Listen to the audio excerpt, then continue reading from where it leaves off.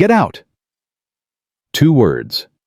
That's all it took to destroy 23 years of Marcus Webb's life. He stood frozen in the middle of the auto shop, his uniform still wet from the rain, while 40 customers watched his boss rip the name badge from his chest. "You're done, Webb. You hear me? Done." Marcus had been 7 minutes late. 7 minutes because he'd stopped on a dark highway to help an old man whose car had died in the storm. That old man was now standing outside the shop window, watching. And the secret he carried would turn this entire moment upside down. But that satisfying revenge, it wouldn't satisfying today. First, Marcus Webb's life had to fall completely apart. Comment below which city you're watching from. I want to see how far this story travels. Part 1. 7 minutes. The rain hadn't stopped for 3 days. Marcus Webb gripped the steering wheel of his 2004 Ford F-150, squinting through the windshield at the barely visible road ahead. The wipers were shot. He'd been meaning to replace them for 6 months, but 6 months of meaning to didn't pay the bills, and neither did wipers. His phone buzzed on the passenger seat. A text from Mrs. Patterson, the 68-year-old widow who watched his daughter before school every morning. "Chloe's asking for you, says she has something important to show you when you get home." Marcus smiled despite himself. Chloe always had something important to show him. A drawing, a rock she'd found, a bug she'd named. At 7 years old, everything was important, and Marcus wouldn't have it any other way. He typed back a quick reply at a red light. "Tell her Daddy will be home by 4, promise." The light turned green. Marcus accelerated through the intersection, checking the dashboard clock. 5:47 a.m. He'd make it to the shop by 6:00 if traffic stayed clear, maybe even a few minutes early. That's when he saw it. A car sat crooked on the shoulder of Highway 41 hazard lights, blinking weakly through the curtain of rain. The hood was up, steam rising into the cold October air. And standing beside it, completely exposed to the downpour, was an old man. No umbrella, no raincoat, just a thin flannel shirt plastered to his body, white hair matted to his skull. Marcus slowed down. "Keep driving," the voice in his head said. "You can't afford to be late. Frank's been looking for a reason to write you up." But then the old man looked up. Their eyes met through the rain-streaked window, and Marcus saw something that made his chest tighten. Not fear, not anger, just exhaustion. The kind of bone-deep tiredness that comes from being invisible to the world. Marcus pulled over. "Sir, you all right?" The old man turned, squinting through the rain. Up close he looked even worse. Mid-70s at least, maybe older. His hands were shaking, whether from cold or something else Marcus couldn't tell. His glasses were fogged and streaked with water. "Car died," the old man said. His voice was hoarse, barely audible over the rain. 20 minutes ago. No one stopped." Marcus looked back at the highway. Cars flew past their headlights, cutting through the darkness, not one of them slowing down. "You got a phone?" Marcus asked. "Battery's dead." The old man held up an old flip phone. "Couldn't call for help if I wanted to." "Family. Someone I can contact." The old man was quiet for a moment. Something flickered across his face. Pain, maybe. Or regret. "No," he said finally. "There's no one." Marcus made a decision. "Get in my truck. I'll drive you somewhere safe, then we'll figure out what to do with your car." The old man stared at him. "You don't know me." "No, sir, I don't." "I could be anyone. I could be dangerous." Marcus almost laughed. "With all due respect, sir, you look like a strong wind would knock you over. Now get in before we both drown out here." Duh. The old man's name was Walter. That's all Marcus got out of him during the drive, just Walter. No last name, no details. The old man sat in the passenger seat, wrapped in the emergency blanket Marcus kept behind his seat, shivering, as the truck's heater slowly brought him back to life. "Where do you live?" Marcus asked. East Side. Briarwood Heights. Marcus knew the area. Nice neighborhood. Big houses, manicured lawns. The kind of place where people had garages for their garages. Not the kind of place where you'd expect to find an old man stranded on a highway at 5:30 in the morning. "What were you doing out this early?" Walter didn't answer immediately. He stared out the window, watching the rain streak across the glass. "Couldn't sleep," he said finally. "Sometimes I drive when I can't sleep. Helps me think." Marcus understood that. After Sarah died, he'd spent a lot of nights driving nowhere, trying to outrun the silence of an empty bed. "I'm sorry about your car," Marcus said. "You got a mechanic, someone who can take a look at it." Walter shook his head. "Don't even know what's wrong with it. One minute it was running fine, the next. Sounds like the alternator. Or maybe the fuel pump. I'm a mechanic, I could take a look at it for you if you want, after I drop you off." Walter turned to look at him. Really look at him like he was seeing Marcus for the first time. "You do that?" "Sure. It's what I do." "But you don't know me." "Sir, you keep saying that like it's supposed to change my mind. Someone needs help, you help them. That's just how it works." Walter was quiet for a long moment. Then, so softly Marcus almost missed it, he said, "Not everyone thinks that way." They pulled into Briarwood Heights at 5:58 a.m. Marcus found the address Walter gave him, a large colonial house with a wraparound porch set back from the road behind a perfectly trimmed hedge. Even in the rain, even in the early morning darkness, it looked expensive. The kind of place Marcus could work his whole life and never afford. "This is you?" Marcus asked, unable to hide his surprise. Walter nodded. "Thank you, Marcus, for everything." "You sure you're going to be okay?" "I'll be fine." Walter opened the door, then paused. "The car. You said you could look at it. Give me your number. I'll call you when I get off work. We'll figure out a time." Walter reached into his pocket and pulled out a small card. It was damp from the rain, the edges soft, but the printing was still legible. He handed it to Marcus. "My number's on there, but you don't have to do this. You've already done more than enough." Marcus took the card. "I'll call you this afternoon." Walter stepped out of the truck. Then he turned back, rain already soaking through his thin shirt again. "Marcus." "Yes, sir." "What's your daughter's name?" Marcus blinked, surprised by the question. "Chloe. She's 7. Walter smiled. It was a small smile, barely there, but it transformed his face. For a moment, he didn't look like a tired old man anymore. He looked like someone remembering something precious. "Hold on to her," Walter said. "Hold on to her tight." And then he was gone, walking up the driveway toward the big house, disappearing into the rain. Marcus looked at the card in his hand. Walter Brennan.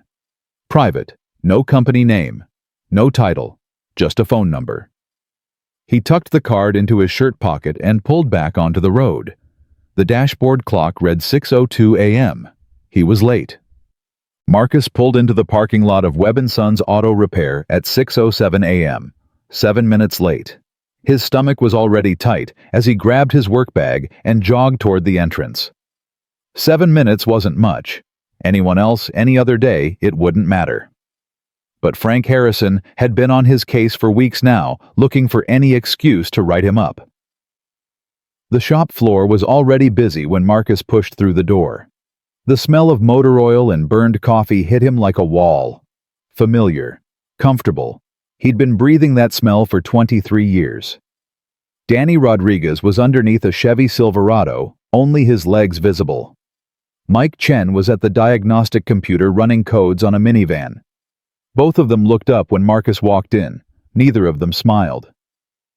"Man," Danny said, sliding out from under the Chevy.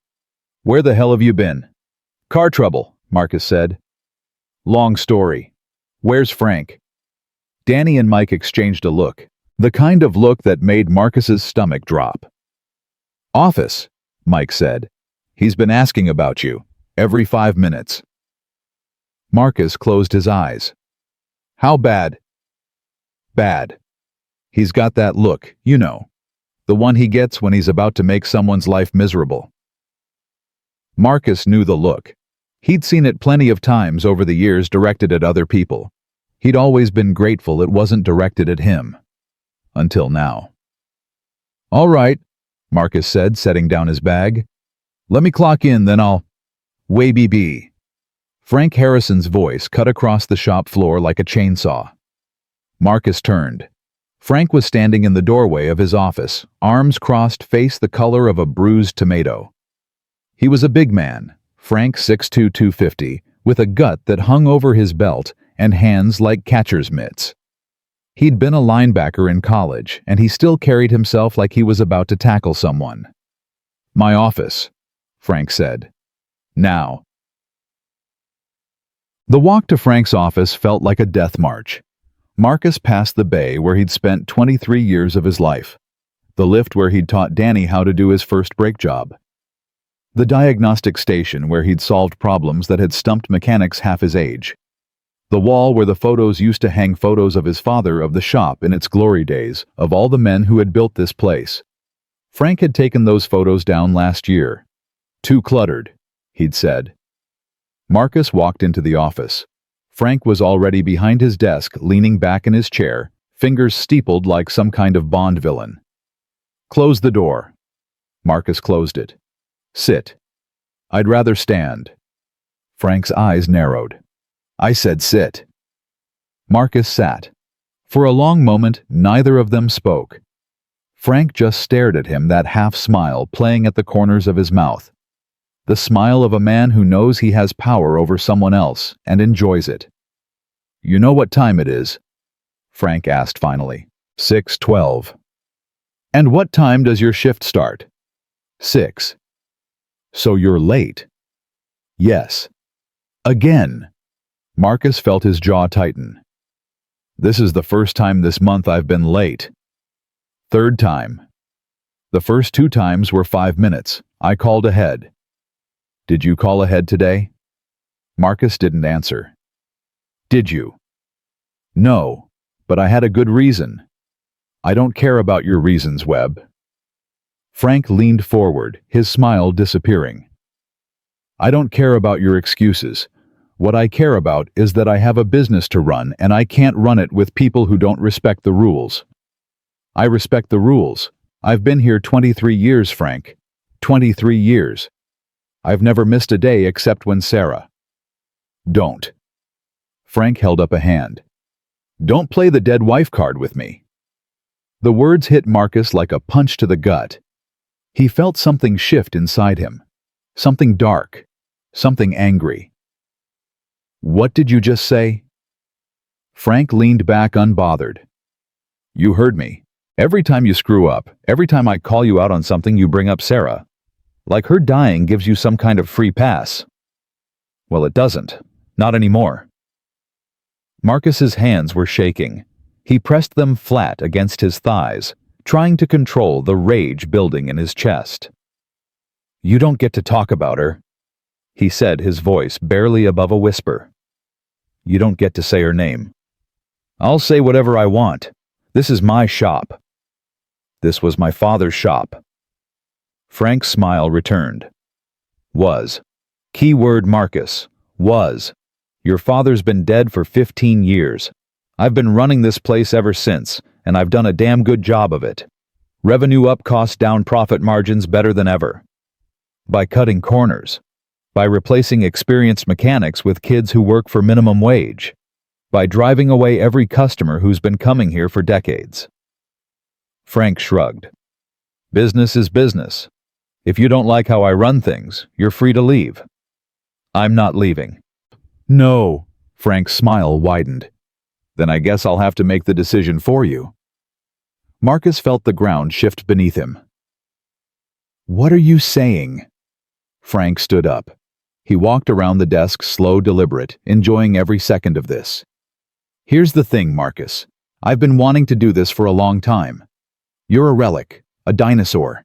You've been here so long you think you own the place, and that attitude, it's poison. It spreads to the other guys, makes them think they can get away with anything. I work harder than anyone on that floor. Maybe you did, 10 years ago. But now? Now you're just dead weight. Frank reached into his pocket and pulled out a folded piece of paper. He held it out to Marcus. What's this? Your termination notice, effective immediately. Marcus didn't take the paper. He stared at it like it was a snake coiled and ready to strike. You can't do this. I just did.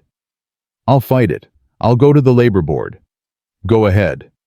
Frank tossed the paper onto the desk. You were late. That's a terminable offense.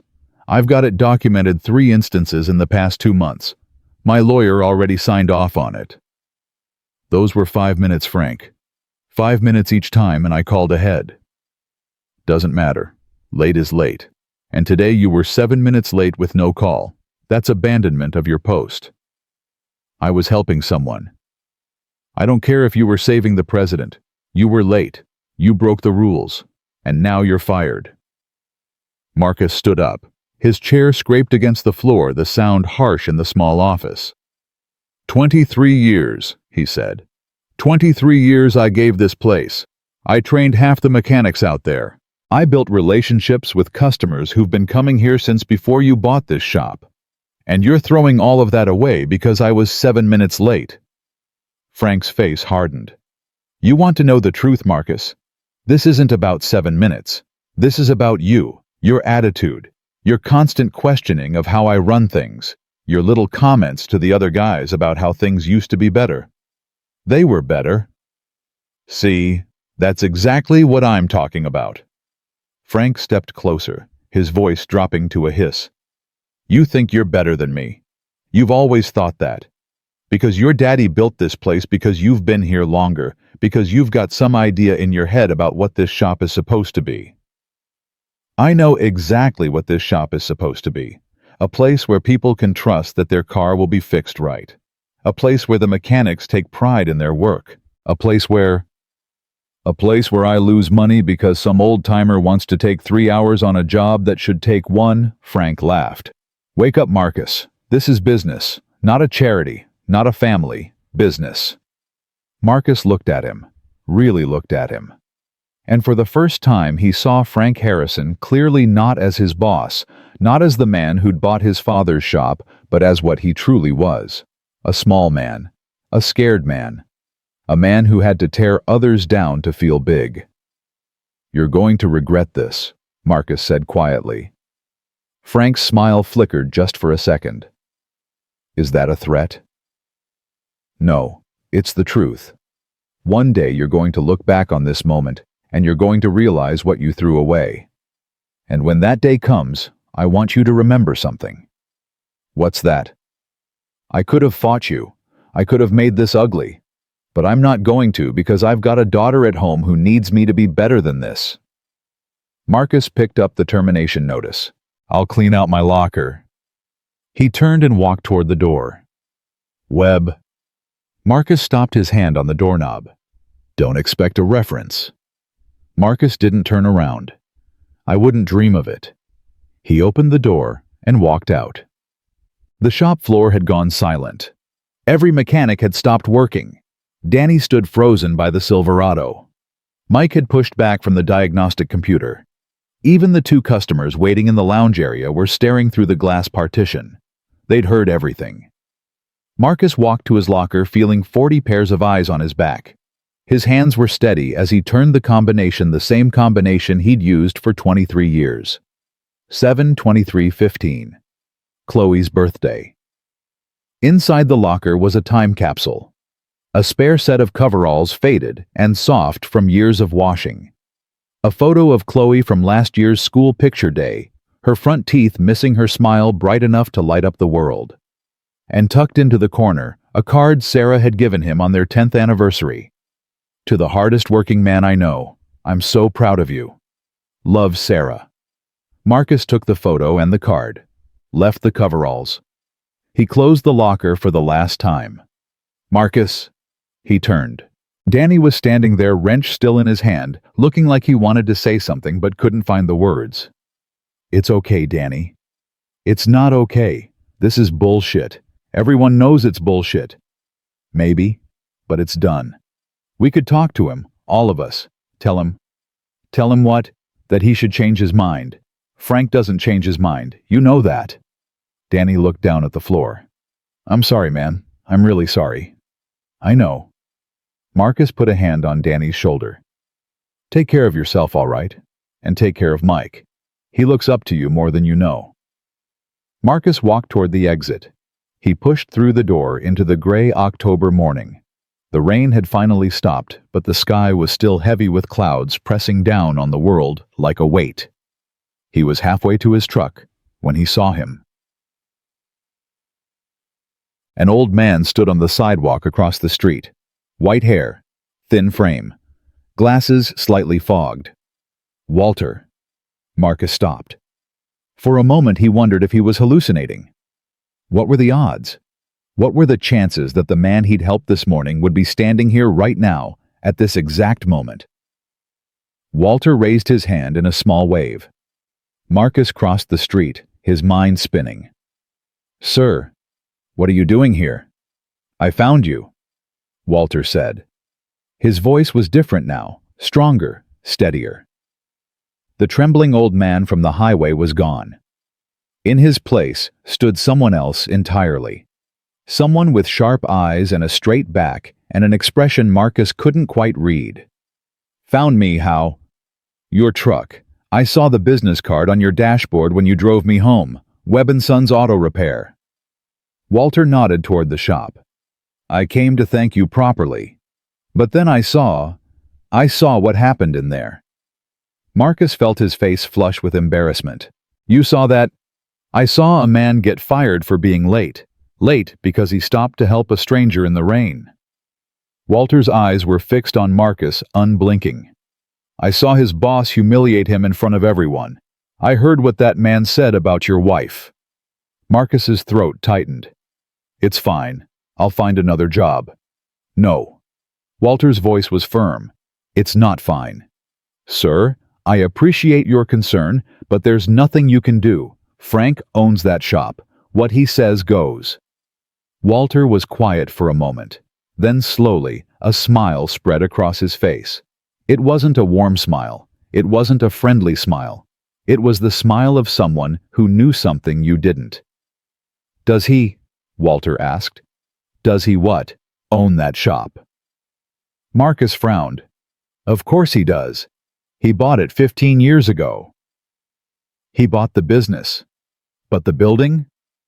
Walter tilted his head slightly. Do you know who owns the building, Marcus? Some holding company. Brennan Holdings, I think. Frank leases from them. Brennan Holdings. Walter repeated the name like he was tasting it. Interesting. Sir, I don't understand what you're... Marcus. Walter stepped closer. His eyes behind those fogged glasses were the sharpest eyes Marcus had ever seen. I want you to do something for me. What?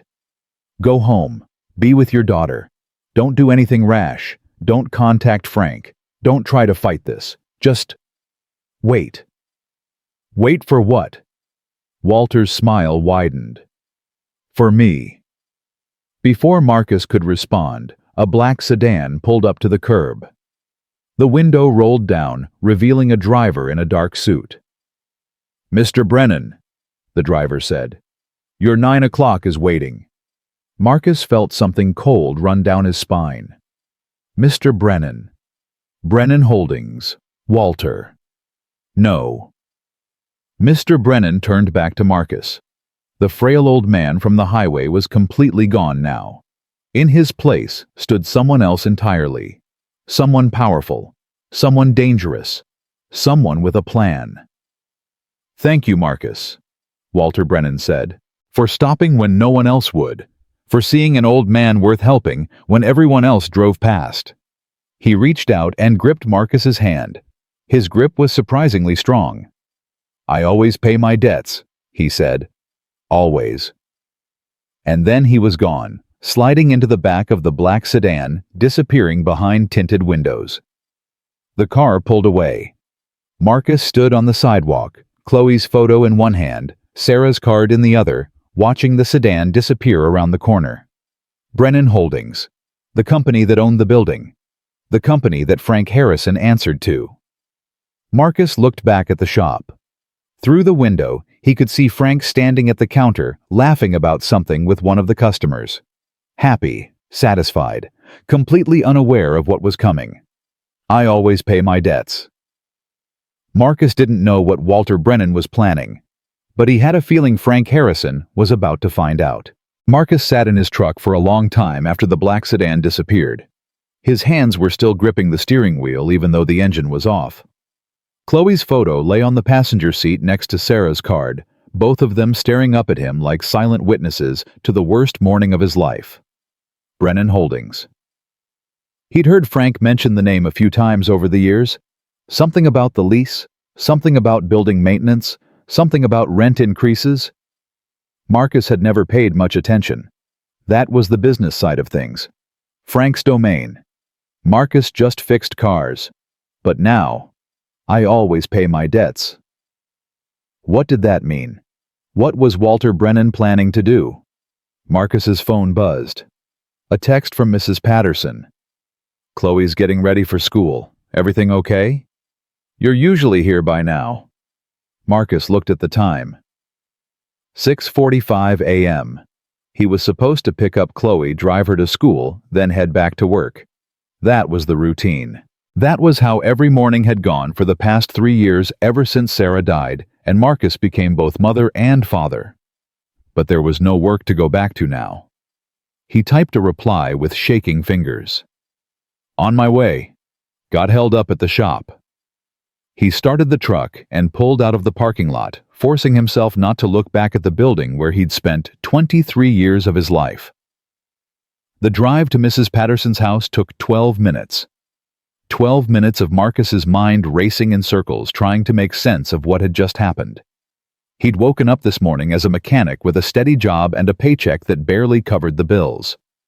Now he was unemployed with a 7-year-old daughter who depended on him for everything and a mysterious old man who'd promised. What exactly he didn't know, and that uncertainty was almost worse than the firing itself. Mrs. Patterson's house was a small yellow bungalow on Maple Street with a garden gnome by the front door and wind chimes that sang in the breeze. Marcus had known Eleanor Patterson his whole life. She'd been friends with his mother, had watched him grow up, had cried at his wedding, and again at Sarah's funeral. When he'd needed someone to watch Chloe in the mornings, she'd volunteered without hesitation. Your family, she'd said. Family helps family. Marcus knocked on the door. It opened almost immediately, and there was Eleanor, her silver hair pulled back in a neat bun, her eyes already scanning his face with that sharp perception that came from 70 years of reading people. Marcus, what's wrong? He tried to smile. Nothing, just running late. Don't lie to me, boy. I changed your diapers. I know when something's wrong. Before Marcus could respond, a small body hurtled into his legs. Daddy? Chloe wrapped her arms around him, squeezing tight. She was still in her pajamas, pink ones with little horses on them, and her hair was a tangled mess of brown curls. But her smile was bright enough to light up the whole street. Hey, baby girl. Marcus knelt down and pulled her into a proper hug, breathing in the smell of her strawberry shampoo. I missed you. I missed you too. Mrs. Patterson made pancakes. I saved you one, but then I ate it. Sorry.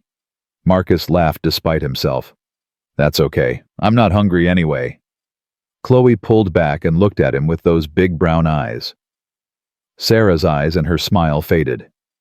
Daddy, why do you look sad? Kids always knew. No matter how hard you tried to hide it, they always knew. I'm not sad, sweetheart. Just tired. You're always tired. Chloe reached up and touched his face. Your eyes are red. Were you crying? No, baby. It's just the rain. It stopped raining. Marcus had no answer for that. Eleanor appeared in the doorway, her arms crossed. Chloe, honey, why don't you go get dressed for school? Let me talk to your daddy for a minute. Chloe looked between them, clearly sensing that something was happening, but not sure what. Finally, she nodded and ran back inside her bare feet, slapping against the hardwood floor. Eleanor stepped onto the porch and closed the door behind her.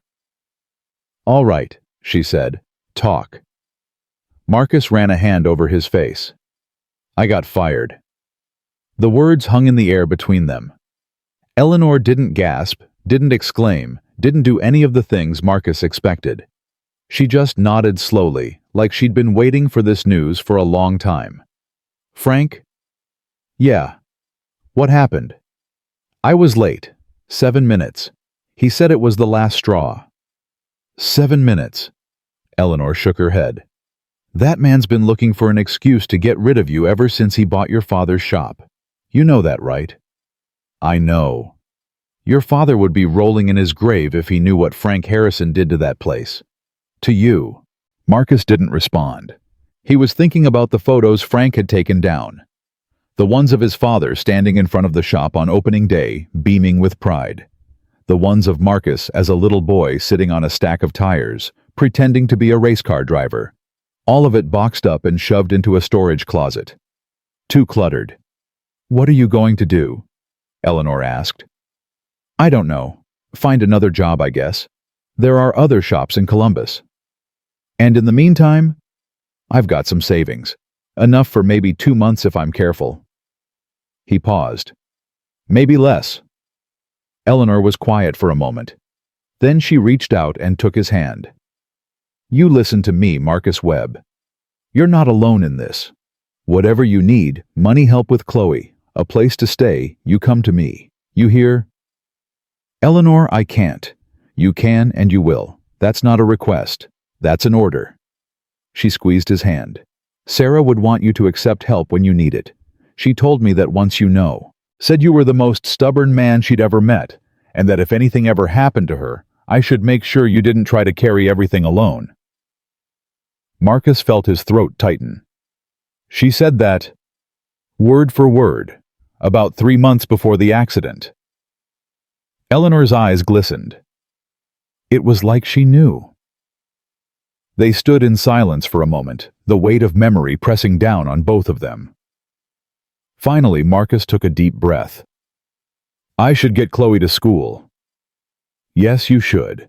And then you should go home and rest. You look like you haven't slept in a week." "I haven't." "Marcus." I know. He managed a small smile. "I'll try."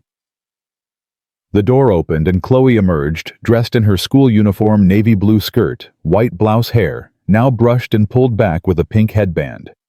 She was clutching her backpack straps with both hands, bouncing on her heels with barely contained energy. "Ready, Daddy?" "All right, let's go." Marcus turned back to Eleanor. "Thank you. For everything. Just remember what I said. You're not alone." Marcus nodded. He took Chloe's hand and walked back to the truck, lifting her into the passenger seat and buckling her seatbelt. "Daddy." "Yeah, baby." "Are you going to work after you drop me off?" Marcus hesitated. He didn't want to lie to her, but he also didn't want to burden a 7-year-old with adult problems.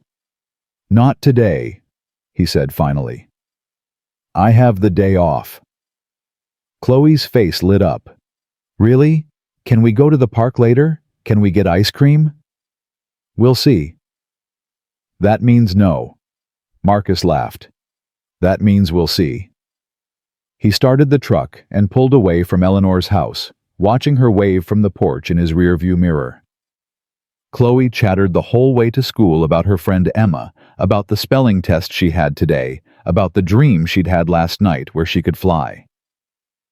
Marcus listened to every word, letting her voice wash over him like a balm. This was why he got up every morning. This was why he worked double shifts and skipped meals and drove a truck that was falling apart. For her. For the little girl with Sarah's eyes and his stubbornness, who still believed the world was full of magic and possibility. He couldn't let her down. He wouldn't. Whatever it took, he would find a way. The school drop-off line was chaos as usual.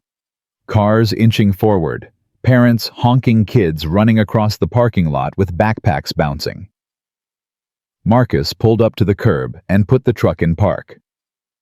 "All right, sweetheart. Have a good day. Chloe unbuckled her seatbelt, but didn't move. She was looking at him with that expression again, the one that said she knew something was wrong, even if she couldn't name it. Daddy. Yeah. I love you. Marcus felt something crack inside his chest.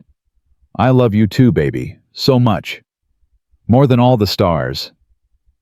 It was their thing, their little ritual. Sarah had started it when Chloe was a baby, and Marcus had kept it going after she was gone. More than all the stars in all the galaxies in the whole entire universe. Chloe smiled satisfied with the answer.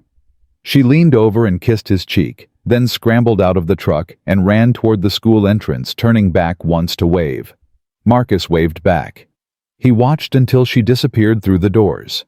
Then he put the truck in drive and headed home, the silence of the cab pressing in around him like a physical weight.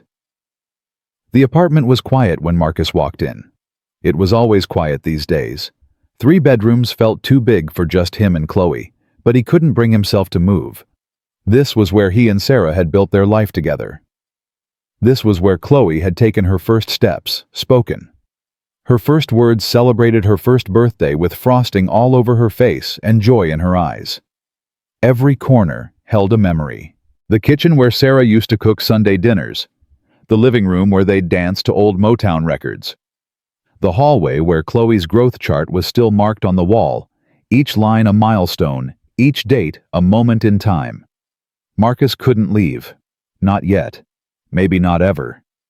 He dropped his keys on the counter and sank onto the couch staring at the ceiling. His mind was racing, jumping from thought to thought like a stone skipping across water. What am I going to do? How am I going to pay the bills? What about Chloe's school? Her doctor's appointments, her birthday next month. He'd been saving for her birthday party. Nothing fancy, just a few friends, a cake, maybe a trip to the zoo.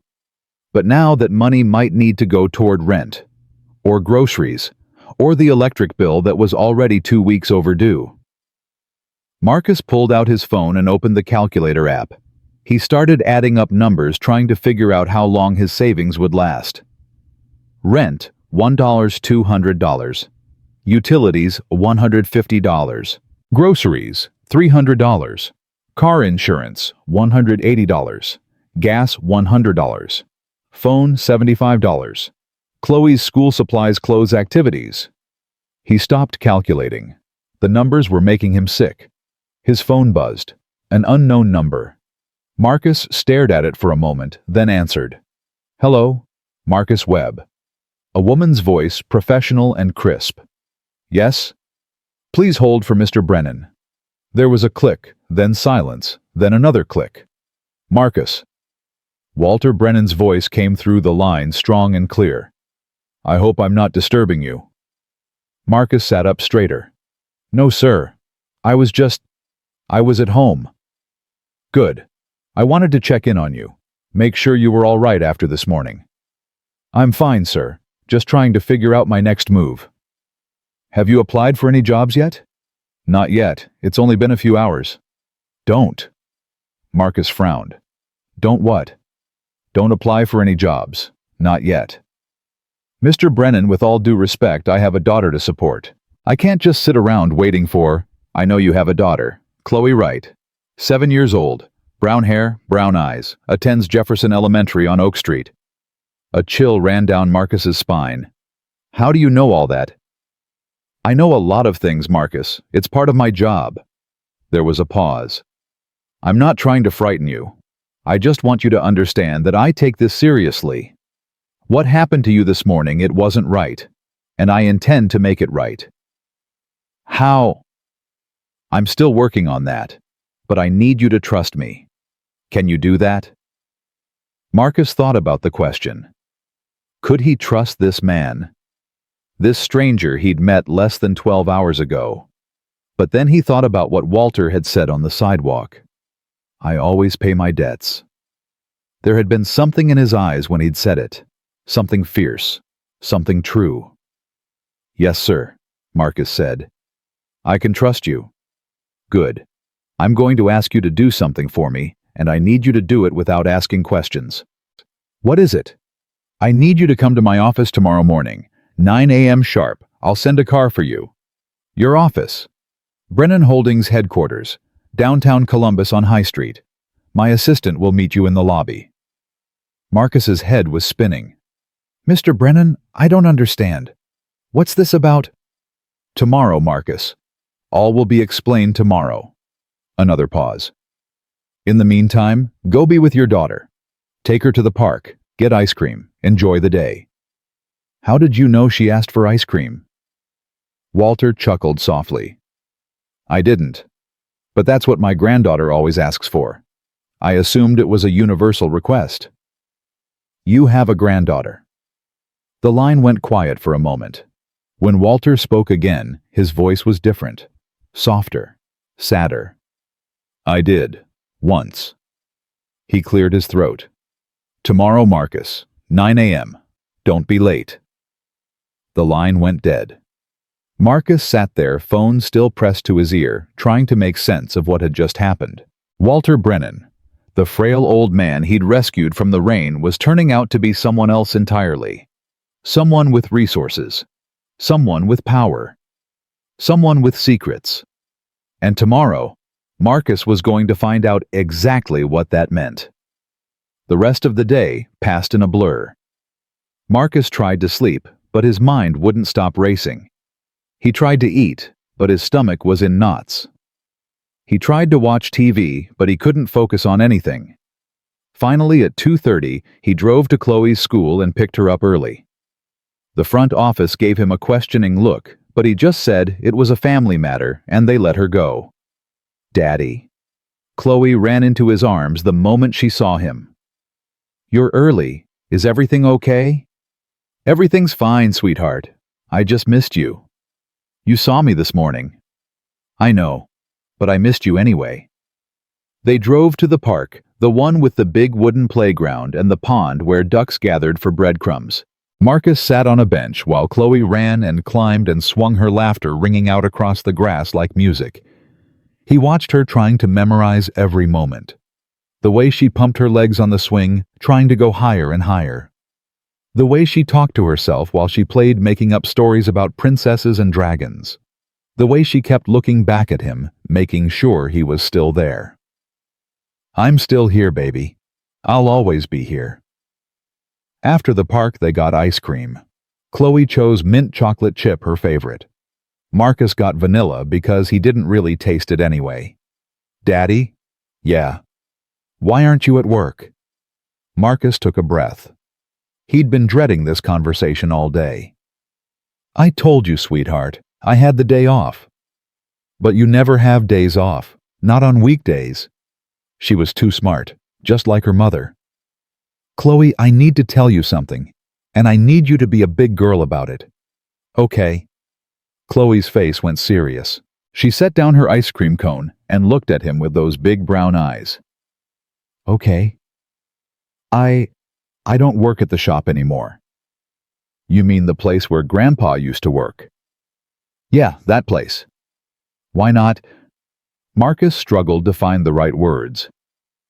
Sometimes grown-ups have disagreements, and sometimes those disagreements mean that things have to change. Did you have a disagreement with your boss? Something like that. Chloe was quiet for a moment, processing this information with the careful seriousness that only children can manage. Are you sad? A little? Are you scared? Marcus hesitated. He wanted to lie to tell her everything was fine, that there was nothing to worry about. But Sarah had always believed in honesty, even with difficult things. A little, he admitted. Chloe reached across the table and put her small hand over his. It's okay to be scared, Daddy. That's what you always tell me. You say that being scared doesn't mean you're weak. It means you're about to do something brave. Marcus felt tears prick at his eyes. You remember that? I remember everything you tell me. She squeezed his hand. We're going to be okay, Daddy. I know it. How do you know? Chloe smiled that bright, beautiful smile that was so much like Sarah's, it made his heart ache. Because you're my daddy, and my daddy can do anything. That night, Marcus tucked Chloe into bed and read her favorite story, the one about the little bear who gets lost in the woods but finds his way home by following the stars. She fell asleep before he finished, her breathing slow and steady, her face peaceful. He sat on the edge of her bed for a long time, watching her sleep. "You're my daddy, and my daddy can do anything." He hoped she was right, because right now, sitting in the dark, he had no idea what he was going to do. His phone buzzed, a text from an unknown number. "Car will arrive at 8:30 a.m. Be ready. WB." Marcus read the message 3 times.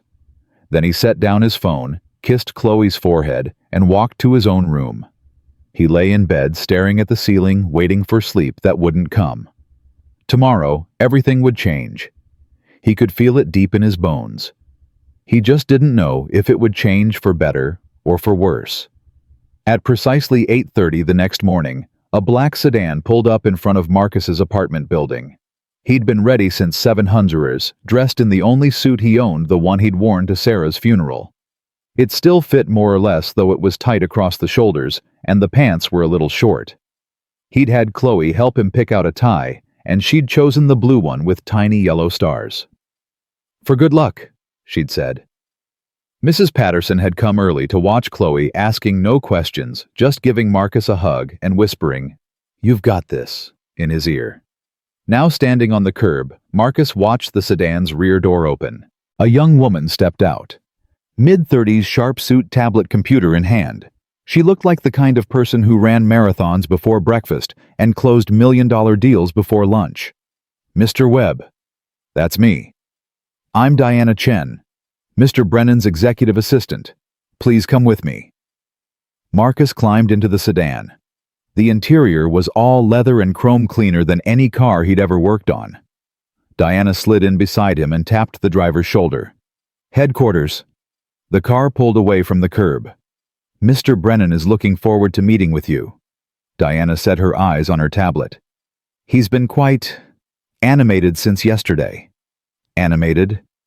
"He doesn't usually get personally involved in individual personnel matters. This situation has captured his attention in a way I haven't seen before." "I don't even understand what's happening," Marcus admitted. "Yesterday I was a mechanic. Today I'm riding in a car that costs more than my apartment." Diana looked up from her tablet and smiled, a real smile, not a professional one. "Mr. Webb, I've worked for Walter Brennan for 11 years. In that time I've seen him do a lot of unexpected things, but I've never seen him this determined." She paused. "Whatever happened between you two yesterday morning, it made an impression." "I just helped him when his car broke down, that's all." "Sometimes that's all it takes." They rode in silence for a while, the city passing by outside the tinted windows.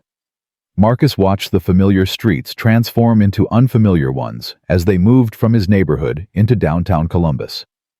The buildings got taller, the cars got nicer, the people on the sidewalks walked faster. Finally, the sedan pulled up in front of a gleaming glass tower. The words, "Brennan Holdings," were etched into the stone above the entrance in letters 3 feet tall. "We're here," Diana said, opening her door. "Follow me." The lobby was all marble and steel, with ceilings so high they made Marcus feel like an ant. People in expensive suits hurried past, clutching phones and tablets and coffee cups, their footsteps echoing in the vast space. Diana led him to a private elevator. She pressed her thumb to a scanner, and the doors slid open. "This elevator goes directly to the executive floor," she explained. "Mr. Brennan's office is at the end of the hall." The elevator rose so smoothly, Marcus barely felt it move.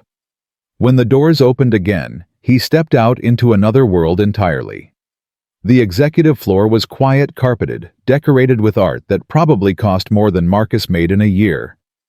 Diana led him past a reception desk, past a conference room with a table that could seat 30 past offices with views of the entire city. Finally, she stopped in front of a set of double doors. "Mr. Brennan is waiting for you inside." She paused. Mr. Webb. Yes. Whatever happens in there, I think you'll find that Mr. Brennan is a man of his word. She opened the doors and stepped aside. Marcus walked in. The office was enormous, but somehow it felt warm. Books lined the walls from floor to ceiling. A fireplace crackled in one corner. And standing by the window, silhouetted against the morning sun, was Walter Brennan. But this wasn't the Walter Brennan Marcus had met on Highway 41. This man wore a tailored suit that probably cost more than Marcus's truck. His white hair was neatly combed, his glasses polished, his posture ramrod straight. He turned as Marcus entered and smiled. "Marcus, thank you for coming." "Yes, sir." "Please sit. We have a lot to discuss." Marcus sat in one of the leather chairs facing the desk. Walter walked over and took the chair beside him, not behind the desk, but beside him like an equal. "I imagine you have questions," Walter said. "About 1,000 of them." "Then let me start by explaining who I am. Really." Walter leaned back in his chair and steepled his fingers. "I built Brennan Holdings from nothing. Started with one auto parts store in 1975, grew it into what you see today. 47 auto repair shops, 12 parts distribution centers, manufacturing facilities in 3 states. At last count, we employ over 2,000 people." Marcus tried to process these numbers. "So when you said you owned the building..." "I own the building. I own the land it sits on. I own the lease agreement Frank Harrison signed 5 years ago." Walter's eyes hardened. "I own everything. Why didn't you tell me yesterday on the highway?" "Because I wanted to see what kind of man you were, and I didn't want my identity to influence your behavior." Walter smiled slightly. "You passed the test, Marcus, with flying colors." "Test? I wasn't stranded on that highway by accident. My car didn't break down randomly." Walter paused. "I was conducting what I call a character audit. I do them from time to time at businesses I own. I disguise myself, create a situation, and see how people respond." Marcus felt a strange sensation, something between anger and admiration. "You were testing me." "I was testing everyone. The 40 cars that drove past without stopping. The man at the gas station who refused to let me use his phone.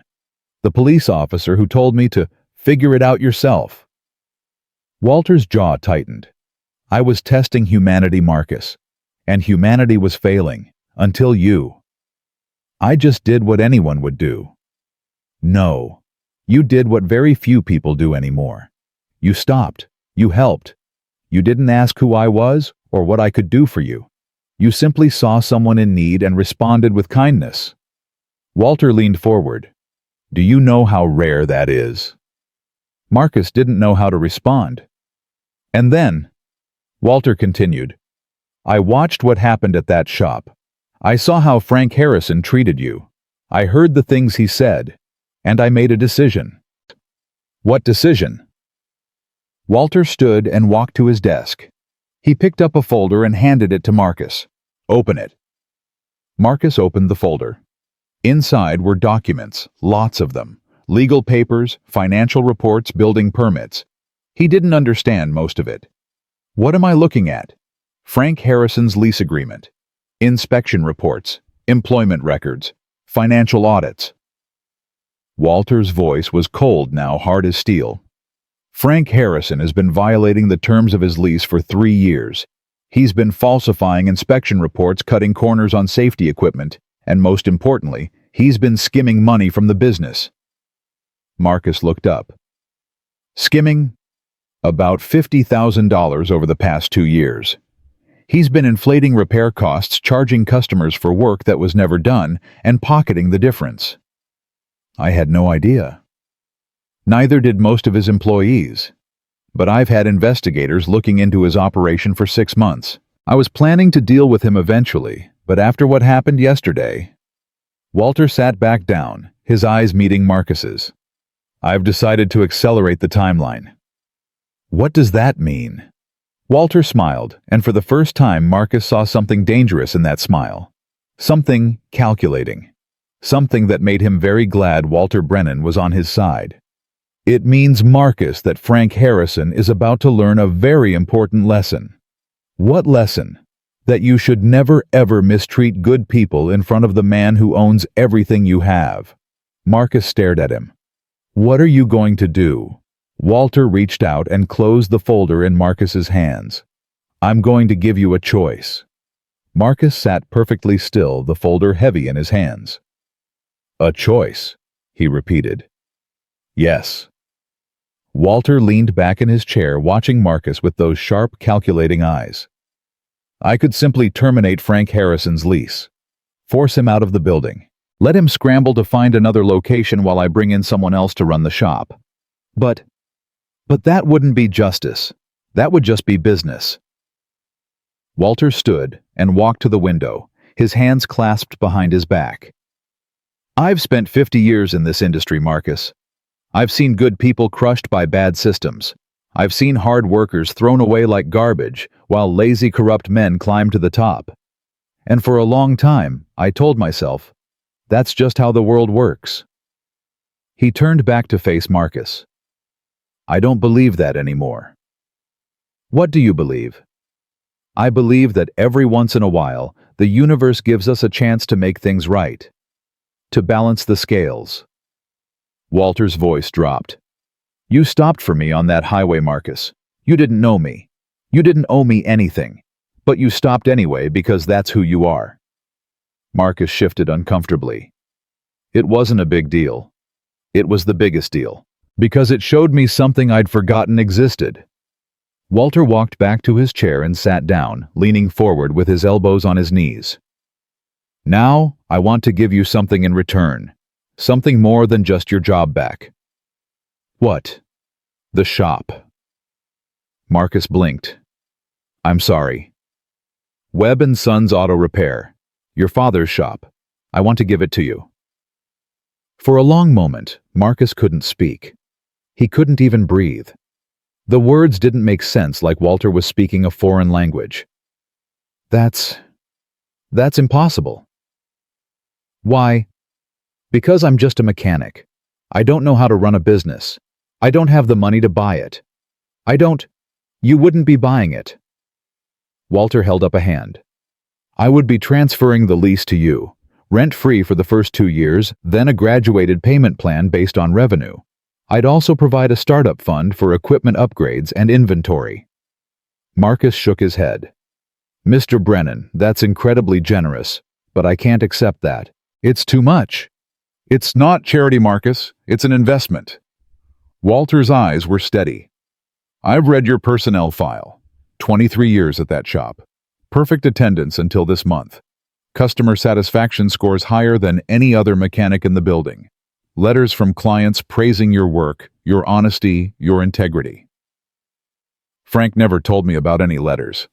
I'm sure he didn't, because those letters made him look bad by comparison. Walter picked up another folder from his desk and handed it to Marcus. Read them. These are from the past year alone. Marcus opened the folder. Inside were printed emails and handwritten notes, dozens of them. Marcus fixed my transmission when 3 other shops said it couldn't be done. He's a miracle worker. I've been bringing my cars to Marcus for 15 years. He's the only mechanic I trust. Marcus stayed late on a Friday night to finish my daughter's car so she could drive to college. He didn't charge extra. He's a good man. Marcus felt his throat tighten as he read. He'd had no idea. All these years, he'd just been doing his job, never expecting recognition or praise. And Frank had hidden all of it. This is what you built, Marcus. Walter's voice was soft now. This is your legacy, not Frank Harrison's, yours. Marcus closed the folder. His hands were trembling. Why? He asked. Why are you doing this? Walter was quiet for a moment. When he spoke, his voice was different. Older, sadder, weighted with something Marcus couldn't name. Because I had a son once. Marcus looked up. His name was Michael. He was a good man. Kind, honest, hardworking. Everything a father could want. Walter's gaze drifted to the window. He worked in one of my shops. Started at the bottom just like you. I wanted him to learn the business from the ground up, understand what it meant to get his hands dirty. What happened to him? He had a manager. A man I trusted. A man I thought was fair and competent. Walter's jaw tightened. That man was threatened by Michael. Saw him as competition. So he made Michael's life hell. Criticized everything he did. Took credit for his work. Humiliated him in front of the other employees. Marcus felt a chill run down his spine. The story sounded familiar. Michael came to me once, Walter continued. Told me what was happening, asked me to intervene. He paused. I told him to handle it himself. I told him that if he couldn't deal with a difficult boss, he'd never survive in the business world. I told him to toughen up. What happened? Walter's voice cracked. He killed himself. 3 months later, left a note saying he was sorry he couldn't be stronger. The office went silent. Marcus didn't know what to say.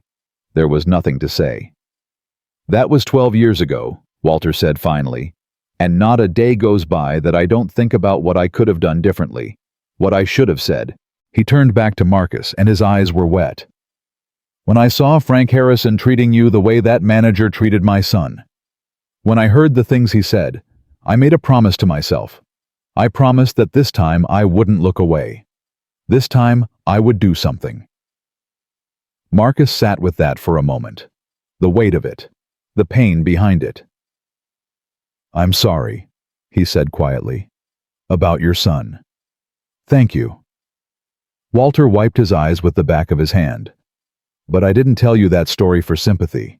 I told you because I want you to understand why this matters to me. Why you matter to me. I'm not your son, Mr. Brennan. No. But you're someone's father. And that little girl of yours, Chloe, she needs you. She needs you to be successful, to be stable, to be happy. Walter leaned forward. I can help make that happen.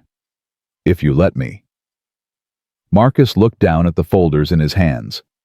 The lease documents. The customer letters. The evidence of Frank's corruption. What about Frank? He asked. What happens to him? That depends. On what? On you.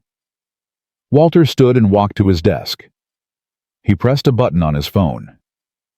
Diana, please bring in the documents we discussed. A moment later, the office door opened, and Diana entered carrying a thick stack of papers. She set them on the desk and left without a word. Walter picked up the top document and held it out to Marcus. This is a formal complaint against Frank Harrison, detailing his violations of the lease agreement, his financial misconduct, and his pattern of employee abuse. If you sign this as a witness, I can begin immediate termination proceedings. Frank will be out of the building by the end of the week. Marcus took the document but didn't sign it. And the other option?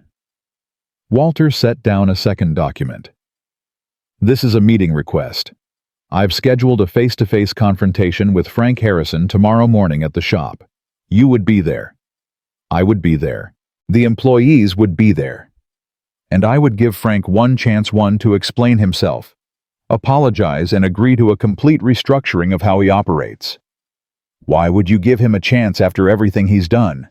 Because everyone deserves a chance to do the right thing, Marcus. Even people who don't deserve it. Walter's eyes met his. That's what you showed me on that highway. You didn't know I was worth saving. You saved me anyway. Marcus stared at the two documents. 2 paths, 2 futures. Which one would you choose? He asked. It doesn't matter what I would choose. This is your decision, your life, your shop, your legacy. Walter sat back down. But I'll tell you this, whatever you decide, I'll support you, 100%. Marcus thought about Frank Harrison, about the way he'd sneered when he said dead wife card, about the 23 years of disrespect and condescension, about the morning he'd ripped the badge from Marcus's chest in front of everyone. Part of him wanted revenge, wanted to sign that complaint and watch Frank lose everything the way Marcus had lost everything. But then he thought about Chloe, about what Sarah would say, about the kind of man he wanted to be. The meeting. Marcus said finally. I choose the meeting. Walter smiled. It was a small smile, but there was pride in it. I thought you might. Marcus drove home that afternoon with his head spinning. He'd spent 3 hours in Walter's office going over details, reviewing plans, asking questions he never thought he'd need to ask. Business licenses, insurance requirements, supplier contracts, employee management. By the end, his brain felt like it had been run through a blender. But underneath the overwhelm, there was something else. Something he hadn't felt in a long time. Hope. When he pulled into the parking lot of his apartment building, Chloe was waiting on the front steps with Mrs. Patterson. The moment she saw his truck, she jumped up and ran toward him. Daddy! Daddy! You're home! Marcus barely had time to get out of the truck before she slammed into his legs, wrapping her arms around him in a fierce hug. Hey, sweetheart. Miss me? Always. She looked up at him with those big brown eyes. How was your meeting? Was it good? Are you happy? Marcus knelt down so they were eye to eye. It was good, baby. It was really good. Does that mean you have a job again? Marcus hesitated. How did you explain something this complicated to a 7-year-old? It means things are going to change. Good changes, I think. But it's going to take some time to figure it all out. Chloe nodded seriously like she understood perfectly. Daddy. Yeah. I'm proud of you. The words hit Marcus like a punch to the chest. He pulled Chloe into a hug and held her tight, fighting back the tears that threatened to spill. I'm proud of you too, baby. So proud. That night, after Chloe was asleep, Marcus sat at the kitchen table with a beer he wasn't really drinking, staring at the folder Walter had given him. Inside were copies of everything. The lease documents, the customer letters, the evidence against Frank, and a single sheet of paper with tomorrow's schedule printed on it. 9:00 a.m. Meeting at Webb & Sons, auto repair attendees. Walter Brennan, Marcus Webb, Frank Harrison, all shop employees. Purpose discussion of ownership, transition, and operational restructuring. Marcus read those words over and over, trying to make them feel real. His phone buzzed, a text from Danny. Yo, heard something's going down tomorrow. Frank's been freaking out all day. You know anything? Marcus typed back. Be at the shop by 8:30. You'll want to see this. See what? Justice. He set down the phone and picked up the folder again. His eyes landed on one of the customer letters from a woman named Patricia Gonzalez. My husband passed away 2 years ago, and I didn't know the first thing about cars. Marcus took me under his wing. He taught me how to check my oil change. A tire recognizes when something sounds wrong. He never made me feel stupid for not knowing things. He never tried to upsell me on repairs I didn't need. He just helped me because that's the kind of person he is. If there were more people like Marcus Webb in the world, it would be a much better place. Marcus set down the letter, his vision blurring. 23 years. He'd spent 23 years in that shop, day after day just doing his job. He'd never thought of it as anything special. He'd never expected anyone to notice. But they had noticed, all of them. They'd just never had a chance to tell him. Until now. Marcus picked up his beer, finally took a sip, and made a decision. Tomorrow, he wasn't going to that meeting as a victim. He wasn't going to stand there and let Walter fight his battles for him. He was going to walk into that shop as the man those customers believed him to be. The man Sarah had married. The man Chloe looked up to. He was going to walk in as Marcus Webb. And Frank Harrison was finally going to see exactly who he'd thrown away. The morning came faster than Marcus expected. He woke at 5:00 a.m., 2 hours before his alarm, his heart already racing. He lay in bed for a while, staring at the ceiling, running through scenarios in his head. What would Frank say? What would the other employees think? What if Walter changed his mind? What if this all fell apart? He forced himself out of bed and into the shower. The hot water helped clear his head, washing away the doubts and fears, leaving only determination. He put on the suit again, the funeral suit, the only one he owned, but this time it felt different. This time, it felt like armor. Chloe was still asleep when he left. He'd arranged for Mrs. Patterson to take her to school, explaining that he had an important meeting that couldn't wait. "Go get him, Tiger," Eleanor had said, squeezing his hand. The black sedan was waiting outside at 8:15. Diana was in the back seat, tablet in hand as always. "Good morning, Mr. Webb." "Good morning." "Mr. Brennan is already at the shop. He arrived at 7:30 to make preparations." "Preparations?" Diana smiled slightly. "You'll see." The drive took 15 minutes. 15 minutes of silence of Marcus watching the familiar streets pass by, of his heart beating louder and louder in his chest. When the sedan pulled into the parking lot of Webb & Sons Auto Repair, Marcus saw something that made him catch his breath. The shop was surrounded by cars. Not customer cars, employee cars. Danny's pickup, Mike's Honda. Vehicles belonging to mechanics who weren't supposed to be there for another hour. They'd all come early. "Mr. Brennan called them last night," Diana said, answering his unspoken question. "Told them there was going to be an important announcement this morning. He didn't say what." Marcus stepped out of the sedan. The morning air was cold-biting, but he barely felt it. The shop door opened, and Danny came running out. "Marcus, holy shit, man, what is going on? There's some old guy in there who says he owns the building, and Frank looks like he's about to have a heart attack and—" "Danny?" Marcus put a hand on his friend's shoulder. "Take a breath." Danny took a breath. Okay. But seriously, what the hell is happening? Come inside. You're about to find out." The shop floor was crowded. Every employee was there. Danny, Mike, the two part-time mechanics. Even old Joe from the parts department, who usually didn't come in until noon. They were gathered in a loose semicircle near the service counter, speaking in hushed voices, shooting nervous glances toward the office. And standing in the center of it all, looking like a general surveying his troops, was Walter Brennan. He'd traded his business suit for something more casual: khakis, a button-down shirt, a light jacket. But there was nothing casual about his presence. He dominated the room simply by standing in it. Frank Harrison stood off to the side, his face pale, his hands shaking. He looked like a man who'd just been told he had a terminal disease. When Marcus walked through the door, everything stopped. Danny and Mike turned to look at him. The other employees followed. Even Frank's head snapped up, his eyes wide with something that might have been fear. But Marcus's attention was on Walter. The old man smiled. "Marcus, thank you for coming." "Wouldn't miss it." Walter turned to address the room. His voice carried easily, filling the space without effort.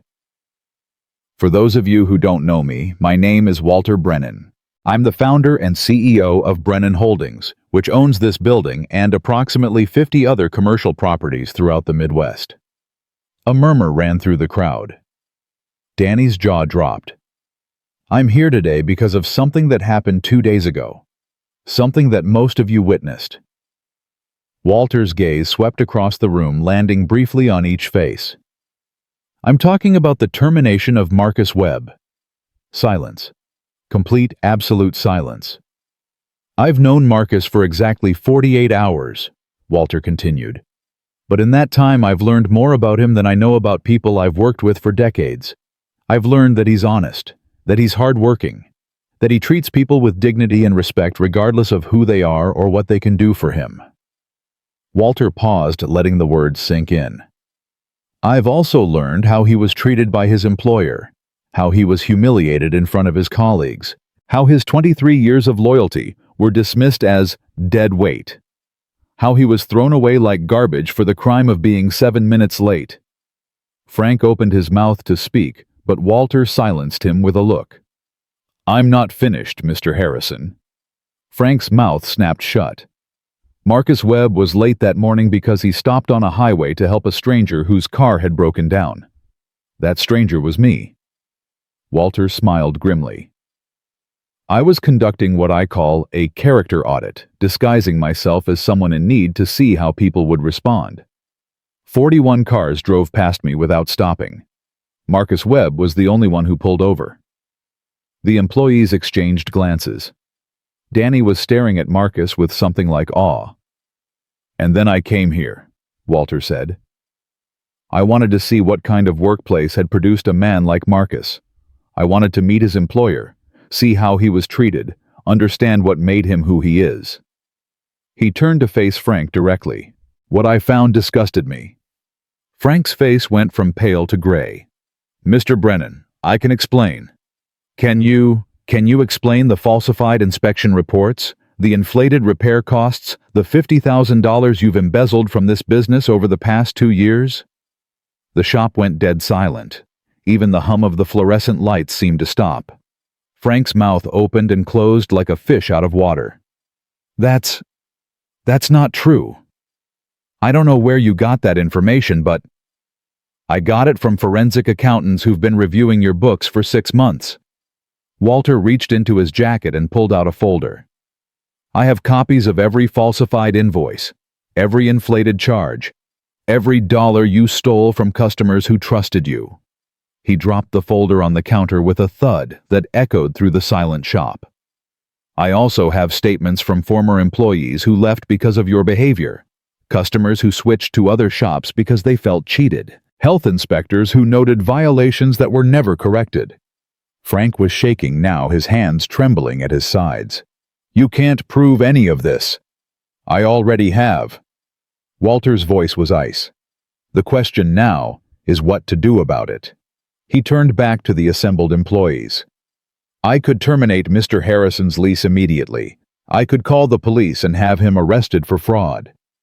I could sue him for breach of contract and make sure he never works in this industry again. The employees were watching breathless. Danny's hands were clenched into fists. But I'm not going to do any of that. Walter paused. Not yet. Frank's head snapped up. What? I'm giving you one chance, Mr. Harrison. One chance to do the right thing. Not because you deserve it, you don't. But because someone I respect very much believes that everyone deserves a chance to be better. Walter looked at Marcus. Marcus stepped forward, his heart pounding, his voice steady. Frank, he said, I could have buried you. I could have let Mr. Brennan destroy everything you have, and part of me wanted to. After what you said about Sarah, after everything you've done. Frank's eyes were wide, desperate. Marcus, let me finish. Marcus's voice was quiet but firm. I'm not doing this for you. I'm doing it for the people in this room, for Danny and Mike and everyone else who depends on this shop for their livelihood. They don't deserve to suffer because of your mistakes. He took a breath. Here's what's going to happen. You're going to step down as manager. You're going to repay every dollar you stole, every single dollar over the next 5 years. And you're going to work here as a regular employee under my supervision. Frank stared at him. Your supervision? Mr. Brennan is transferring the lease to me. As of today, I'm the new manager of Webb & Sons Auto Repair. The room erupted. Danny let out a whoop of joy. Mike started clapping. The other employees joined in the applause building until it filled the shop like thunder. Frank stood frozen, his face cycling through emotions, shock, anger, humiliation, defeat. This is insane, he said finally. You can't do this. Actually, he can. Walter's voice cut through the noise. And he is. The only question is whether you accept these terms or face the alternative. What alternative? Termination, prosecution, financial ruin. Walter's eyes were merciless. Your choice, Mr. Harrison. Frank looked around the room, at the employees who were celebrating his downfall, at Walter, who held all the cards, at Marcus, who had somehow impossibly gone from fired mechanic to shop manager in the space of 48 hours. His shoulders slumped. Fine, he said, his voice barely audible. I accept. Walter nodded. Smart choice. He turned to Marcus. The shop is yours, Marcus. Do with it what you will. Marcus looked around at the familiar space, the lifts where he'd spent 23 years, the tools he knew like extensions of his own hands, the people who had been his colleagues and were now his employees, his father's shop, his shop now. "Thank you," he said to Walter. "I won't let you down." "I know you won't." Walter smiled.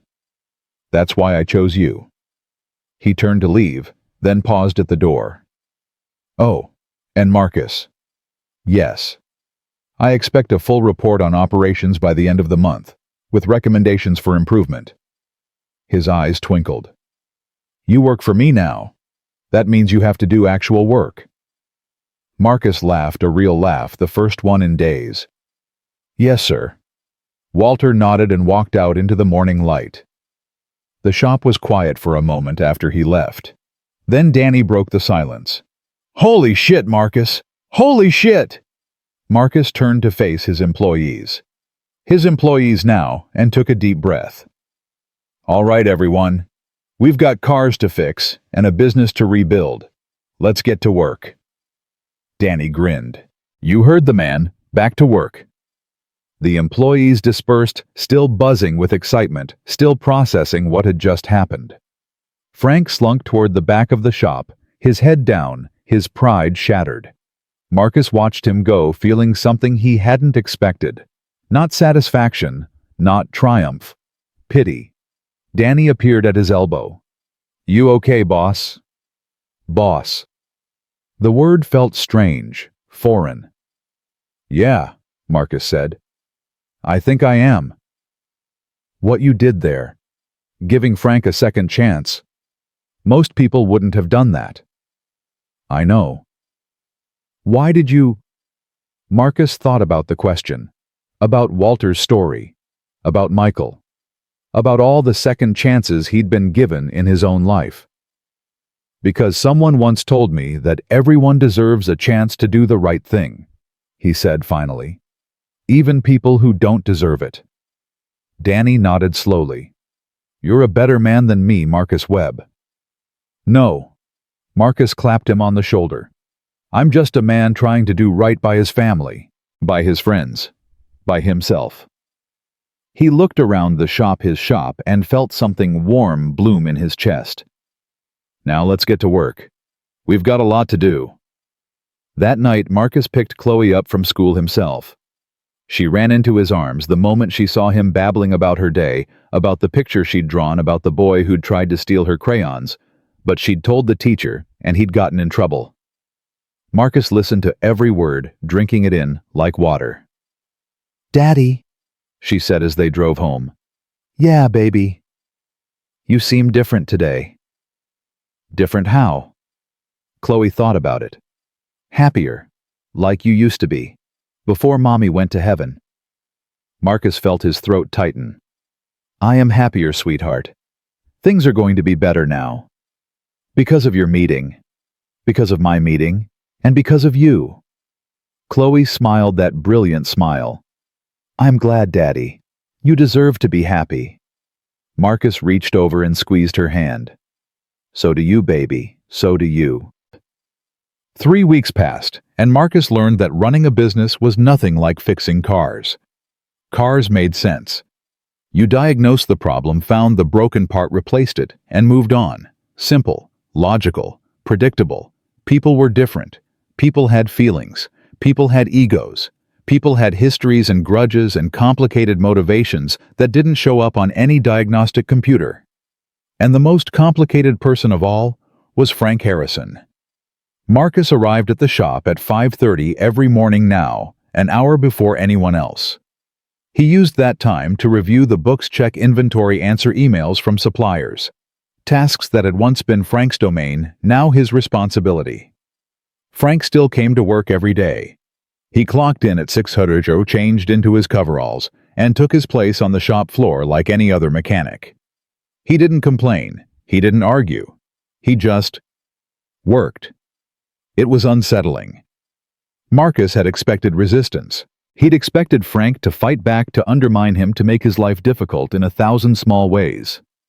That's what the old Frank would have done. But this Frank was different. Quieter. Smaller somehow. Like something essential had been drained out of him. On the fourth Monday of Marcus's management, Danny pulled him aside during lunch break. "We need to talk about Frank." Marcus set down his sandwich. "What about him?" "The guys are getting uncomfortable. He doesn't talk to anyone, doesn't eat with us, just sits in his car during breaks staring at nothing." Danny lowered his voice. "Mike thinks he's planning something, like revenge or whatever." "And what do you think?" Danny hesitated. "I think he's broken man. I've seen that look before. My uncle had it after he lost his business. It's the look of a man who doesn't know who he is anymore." Marcus thought about that. He thought about the Frank he'd known for 15 years, arrogant, controlling, always needing to be the smartest person in the room. And he thought about the Frank he saw now shuffling through the shop with his head down, flinching whenever someone spoke to him. "I'll talk to him," Marcus said. "You sure that's a good idea?" "No, but I'm going to do it anyway." Marcus found Frank in his car during the afternoon break, just like Danny had said. The engine was off, the windows cracked, and Frank was sitting in the driver's seat with his eyes closed. Marcus knocked on the window. Frank's eyes snapped open. For a moment, something flickered across his face, fear maybe, or shame. Then it was gone, replaced by the blank expression he'd worn for 3 weeks. He rolled down the window. "What do you want? Can we talk?" "About what?" "About you. About how you're doing." Frank let out a bitter laugh. "How I'm doing? I'm working for the guy I fired. The guy whose wife's memory I insulted. The guy who could have destroyed me but chose to humiliate me instead." He shook his head. "How do you think I'm doing?" Marcus didn't rise to the bait. "Can I get in?" Frank stared at him for a long moment. Then wordlessly, he reached over and unlocked the passenger door. Marcus climbed in. The car smelled like old coffee and cigarette smoke, even though Frank had supposedly quit years ago. A pack of Marlboros sat in the cup holder half empty. "Started again last week," Frank said, noticing Marcus's glance. "Figured it didn't matter anymore." "It matters." "Does it?" "My career is over. My reputation is destroyed.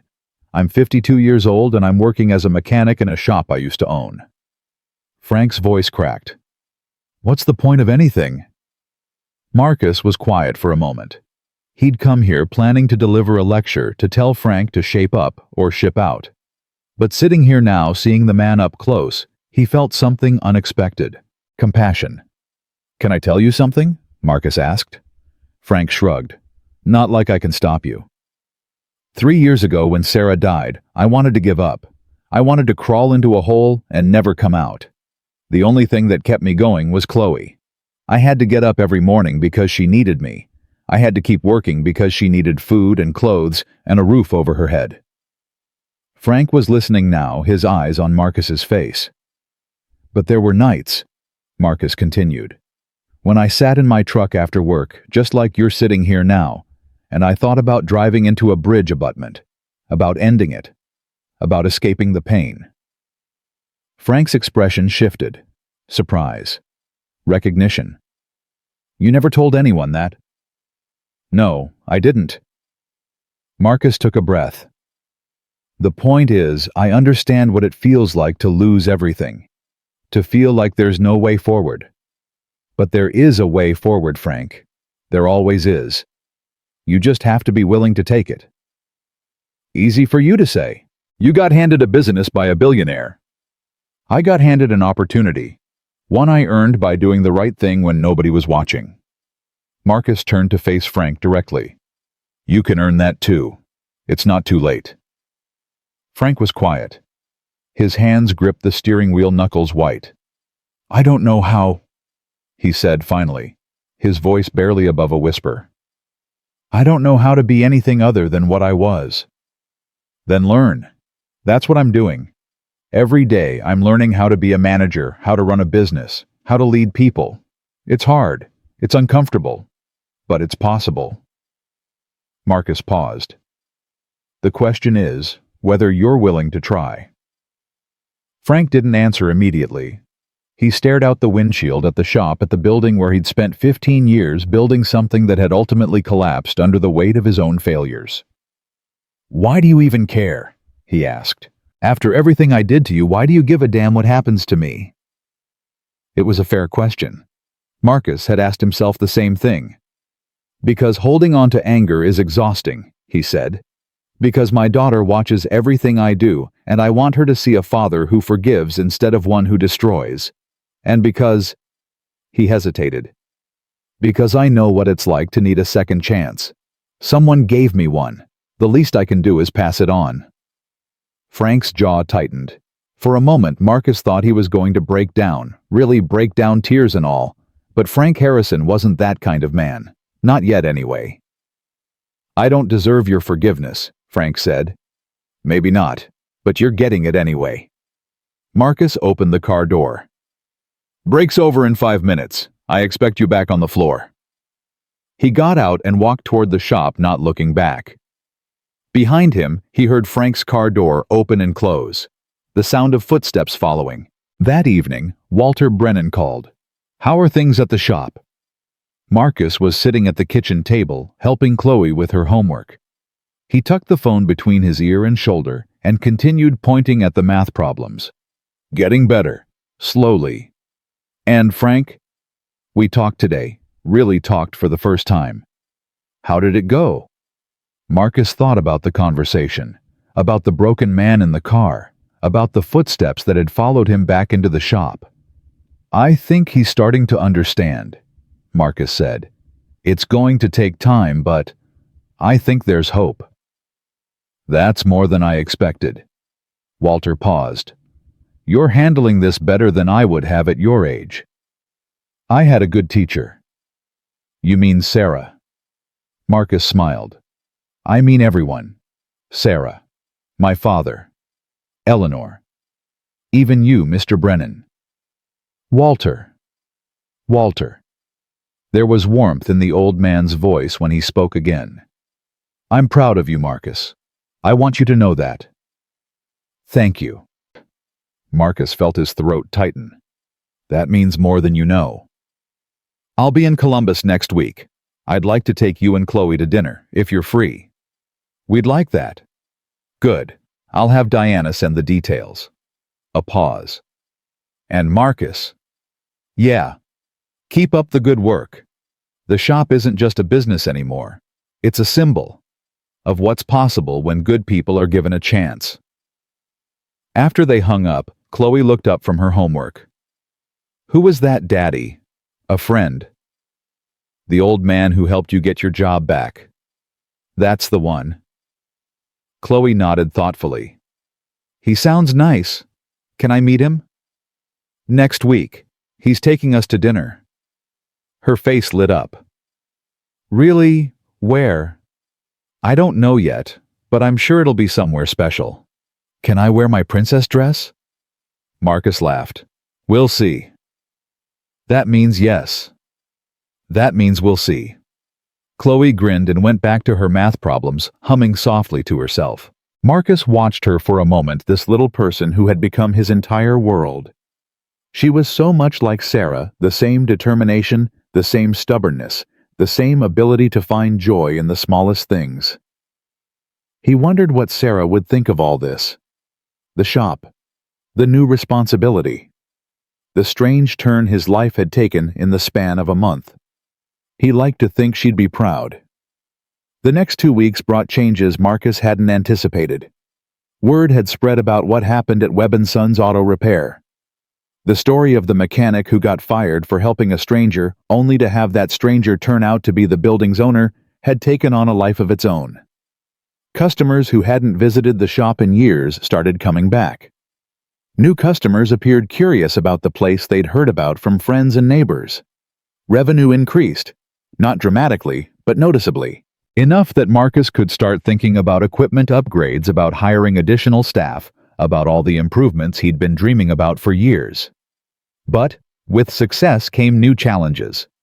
The first came in the form of a phone call from a man named Richard Brennan. Marcus was in the office reviewing invoices when his cell phone rang. Unknown number. Hello. Marcus Webb. The voice was sharp, clipped with an edge that immediately put Marcus on guard. Speaking. This is Richard Brennan, Walter's son. Marcus sat up straighter. Walter had mentioned a son once briefly in passing, but he'd never gone into detail, and Marcus hadn't pressed. Mr. Brennan, what can I do for you? You can explain to me why my father is giving away company assets to strangers. The words hit like a slap. Excuse me. The lease transfer for that auto shop, the startup fund, the mentorship arrangement. Richard's voice dripped with contempt. My father has apparently decided that you're more worthy of his attention than his own family. I don't know anything about your family situation, Mr. Brennan, but I can assure you I didn't ask your father for anything. He offered. Of course he did. That's what he does. He finds broken people and tries to fix them like they're one of his precious charity cases. A bitter laugh. He couldn't fix his own son, so now he's trying to fix you. Marcus felt anger rising in his chest, but he forced it down. I'm sorry you feel that way. I don't need your sorry. I need you to understand something. Richard's voice lowered. My father is 81 years old. His health isn't what it used to be. And when he dies, I'm going to inherit Brennan Holdings. All of it. Including the building you're currently squatting in. I'm not squatting. I have a legitimate lease agreement. An agreement that can be reviewed, renegotiated, terminated if I find grounds. Richard paused, letting the threat sink in. Enjoy your little kingdom while it lasts, Mr. Webb. It won't last forever. The line went dead. Marcus sat there, phone in hand, his mind racing. He'd known on some level that this couldn't be simple, that Walter's generosity would have consequences he couldn't foresee. But he hadn't expected this, a direct threat from the man who would eventually control everything. He thought about calling Walter, telling him about the conversation. But something stopped him. Walter had enough on his plate dealing with whatever complicated family dynamics had produced a son like Richard. The last thing he needed was Marcus adding to his stress. No. Marcus would handle this himself. Somehow. He just had no idea how. That night Marcus couldn't sleep. He lay in bed staring at the ceiling, Richard Brennan's words echoing in his head. Enjoy your little kingdom while it lasts. What did that mean? Was it just an empty threat from a jealous son, or was there something more behind it? At 2:00 a.m. he gave up on sleep and went to the kitchen to make coffee. He was standing at the counter waiting for the pot to brew when his phone buzzed. A text from Walter. I heard Richard called you. I'm sorry. Can we talk tomorrow? Marcus typed back. How did you know? Diana monitors unusual calls to key partners. Richard's number flagged. Key partners. That's what you are now, Marcus, whether you like it or not. Marcus stared at the message. Key partner. It was a strange phrase, corporate and impersonal, but somehow it felt like more than that. We can talk tomorrow, he typed. I have questions. I'm sure you do. 10 a.m. at the shop. I'll be there. Marcus set down his phone and poured himself a cup of coffee. He had a feeling tomorrow was going to be a long day. Walter arrived at exactly 10:00. His black sedan pulling into the parking lot with the precision of a Swiss watch. Marcus met him at the door. The old man looked tired today, his face more lined than Marcus remembered, his movements slower. Let's talk in the office, Walter said. They walked past the shop floor, past Danny and Mike and the other mechanics, who waved respectfully past Frank, who kept his head down and focused on his work. In the office, Marcus closed the door and sat down across from Walter. Tell me about Richard. Walter sighed. I was hoping to avoid this conversation. So was I. But your son called me yesterday and basically threatened to destroy everything the moment you're gone. That sounds like Richard. Walter rubbed his eyes. My son and I have a complicated history. I gathered. He blames me for his brother's death. Michael. Walter's voice caught on the name. They were close. Closer than Richard and I ever were. When Michael died, Richard decided it was my fault. He's never forgiven me. Is it your fault? The question hung in the air. Walter was quiet for a long moment. I don't know, he said finally. Some days I think yes, I should have listened when Michael came to me. I should have intervened. Other days I think no, Michael made his own choices, and I can't carry the weight of them forever. He looked at Marcus. The truth is probably somewhere in between. Richard said you try to fix broken people because you couldn't fix your own son. Walter flinched. He's not entirely wrong. Is that what I am to you? A broken person you're trying to fix? No. Walter's eyes met his, steady and sincere. You're not broken, Marcus. You're one of the most whole people I've ever met. That's why I chose you. Then why? Why all of this? The shop, the mentorship, the investment. What do you get out of it? Walter stood and walked to the window. He stared out at the parking lot, at the cars waiting to be fixed at the business that now bore Marcus's name. When I was your age, I had nothing, he said. No money, no connections, no future. I was working 3 jobs just to keep a roof over my head. And then one day, a man I'd never met walked into the diner where I was bussing tables. He sat down, ordered a cup of coffee, and started talking to me. Marcus listened, sensing this was important. He asked about my life, my dreams, what I wanted to do with myself. I told him I wanted to own my own business someday, but I didn't have the money or the education. He laughed and said money and education were overrated. What mattered was character, work ethic, integrity. Walter turned to face Marcus. That man's name was Harold Webb, your grandfather. Marcus felt like he'd been punched in the chest. What? Harold Webb gave me my first loan, $5,000, which was a fortune back then. He didn't ask for collateral or interest. He just believed in me. Walter's voice was thick with emotion. I built Brennan Holdings on that loan, on the trust of a man who saw something in me that I didn't even see in myself. I had no idea. Your grandfather never told anyone. He wasn't the kind of man who needed credit. He just did good things because they were good. Walter walked back to his chair and sat down heavily. I've been trying to pay that debt forward for 50 years, Marcus. Every time I help someone, I think of Harold. I think of what he did for me. Marcus was speechless. All this time he'd thought Walter's generosity was random, a billionaire's whim, a response to a chance encounter on a rainy highway. But it was more than that. It was a debt, a legacy, a connection that spanned generations. My grandfather died when I was 12, Marcus said quietly. I barely remember him. He was a good man, the best I ever knew. Walter reached across the desk and gripped Marcus's hand. And his grandson is just like him.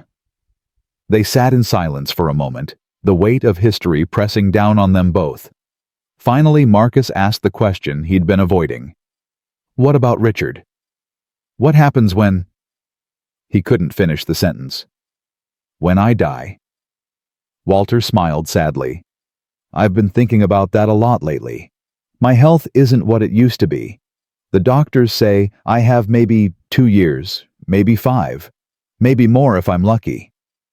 I'm sorry. Don't be. I've had a good life, a long life.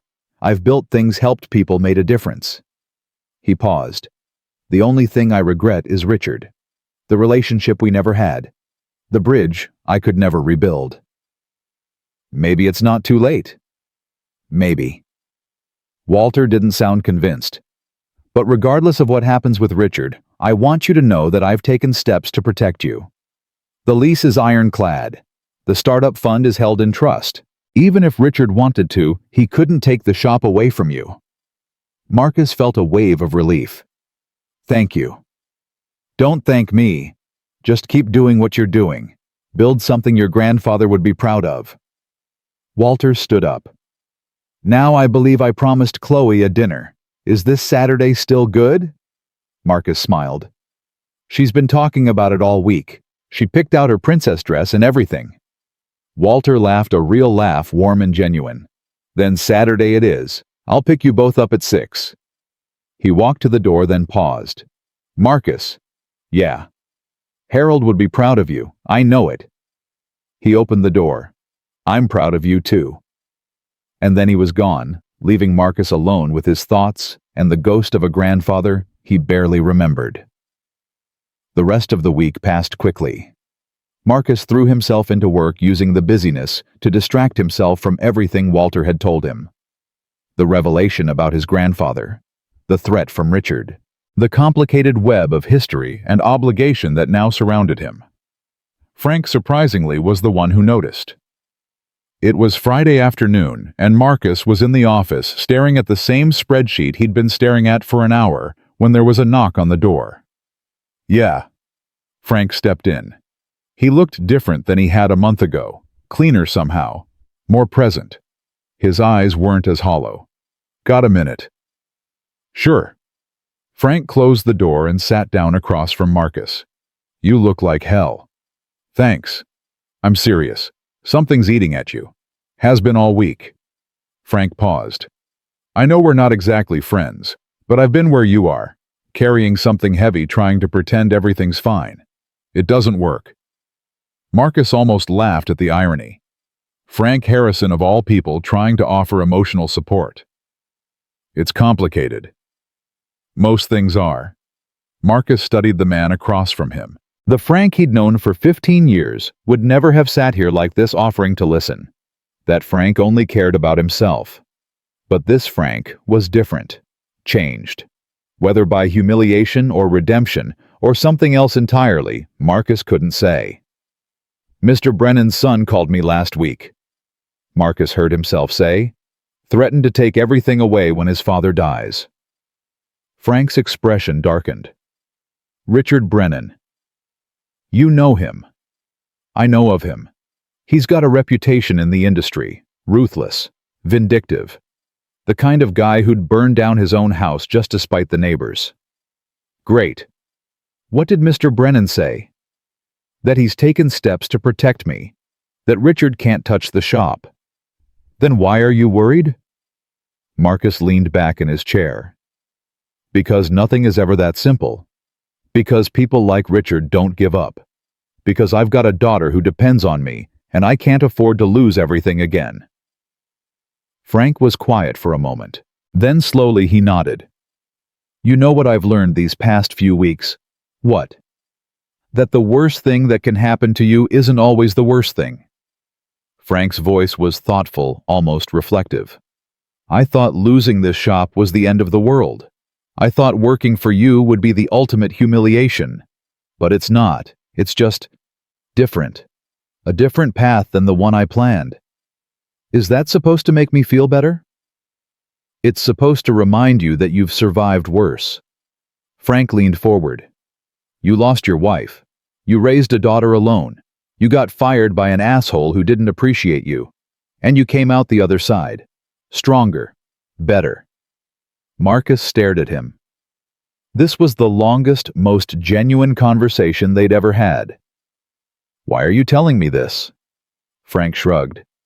Because you gave me a second chance when I didn't deserve one.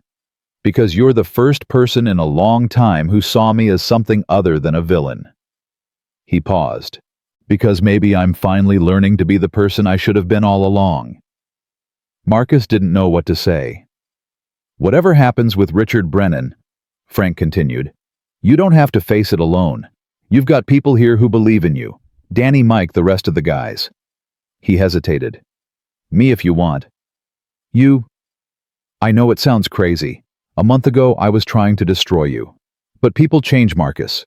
You taught me that. Frank stood up. Think about it. He walked to the door. Frank. The man turned. Thank you, Marcus said. For all of that. Frank nodded once, then left. Marcus sat alone in the office, the spreadsheet forgotten. Frank's words echoing in his head. You don't have to face it alone. Maybe he was right. Maybe the key to surviving whatever came next wasn't strength or strategy or luck. Maybe it was simply letting people in. Saturday came, and with it, the dinner Marcus had been both anticipating and dreading. Walter's driver picked them up at 600 sharp. Chloe was bouncing with excitement in her princess dress, a pink confection of tulle and sparkles that she'd been saving for a special occasion. "This is definitely special," she'd declared when Marcus asked if she was sure she wanted to wear it. The restaurant was in a part of Columbus Marcus had never visited. Quiet streets, old buildings, the kind of place where a single meal probably cost more than his grocery bill for a month. Walter was waiting at the table dressed in a simple gray suit, a warm smile on his face. "Chloe," he said, standing to greet them. "You look absolutely beautiful." Chloe beamed. "Thank you, Mr. Brennan. I like your tie. It has little stars on it. I wore it just for you. I heard you like stars." They sat down, and Chloe immediately began peppering Walter with questions. About his job, about his house, about whether he had any grandchildren, about whether he liked horses, because she really liked horses. Walter answered each question with patience and grace, his eyes crinkling with genuine amusement. Marcus watched them, something warm spreading through his chest. This was what family looked like. Not blood necessarily, but connection, care, people who showed up for each other. Sarah would have loved this, he thought.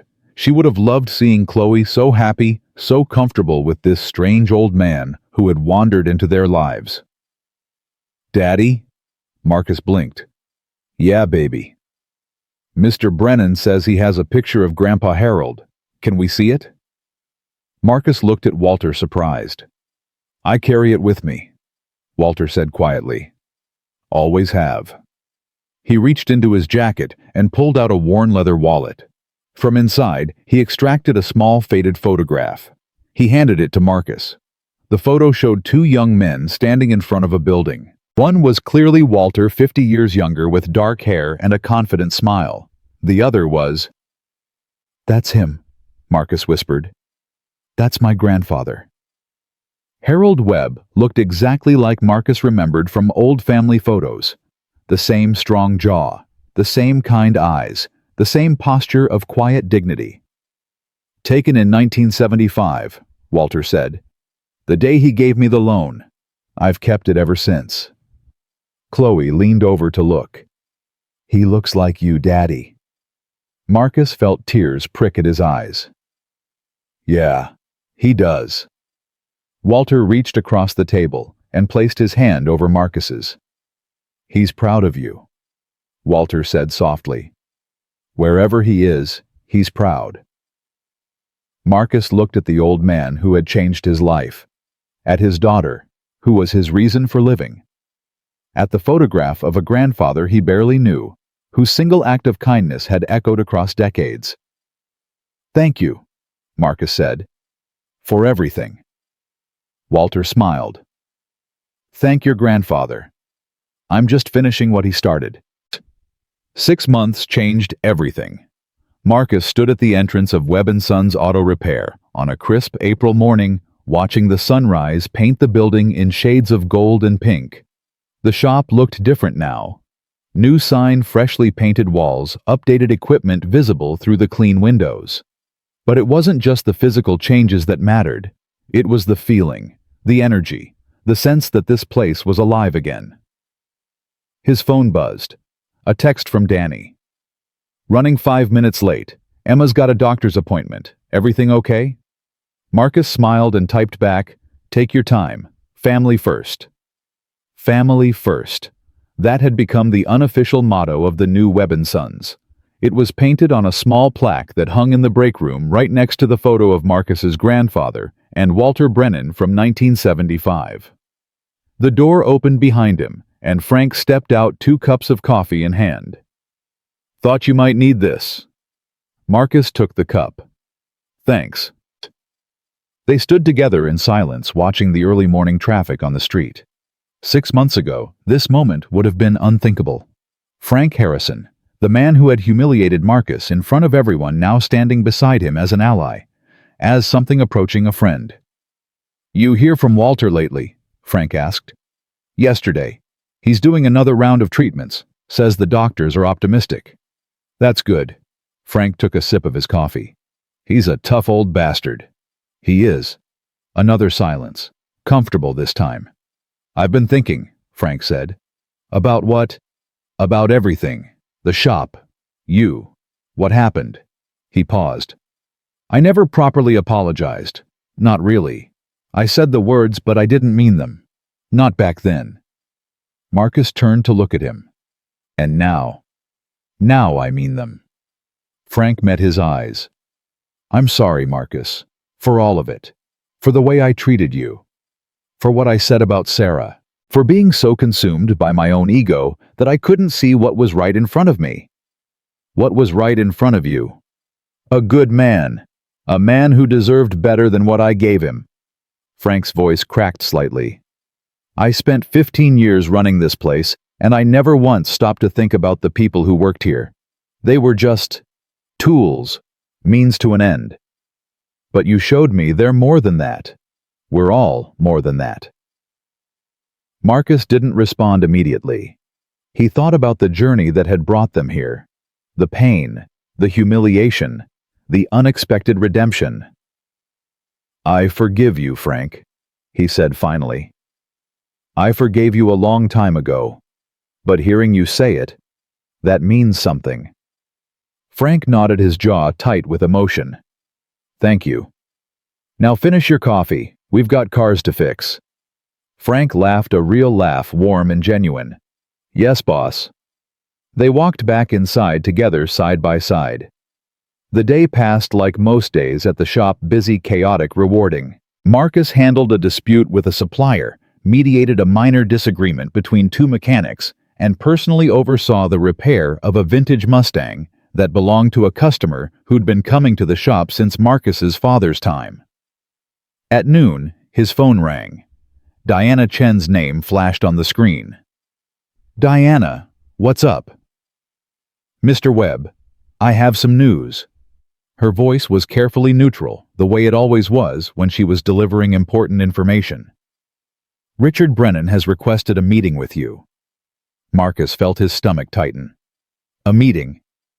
Tomorrow afternoon, at his office in Cleveland. Did he say what it's about?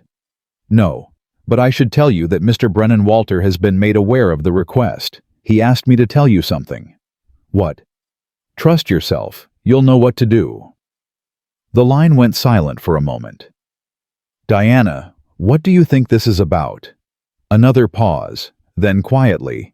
I think Richard is testing you. He's been watching what you've done with the shop, the improvements, the revenue increases, the way you've handled Frank. She hesitated. I think he's trying to figure out if you're a threat or an asset. Which am I? That's what he wants to find out. Marcus sat in the office for a long time after the call ended, staring at the wall where he'd hung a framed copy of the lease agreement. His name was on it now.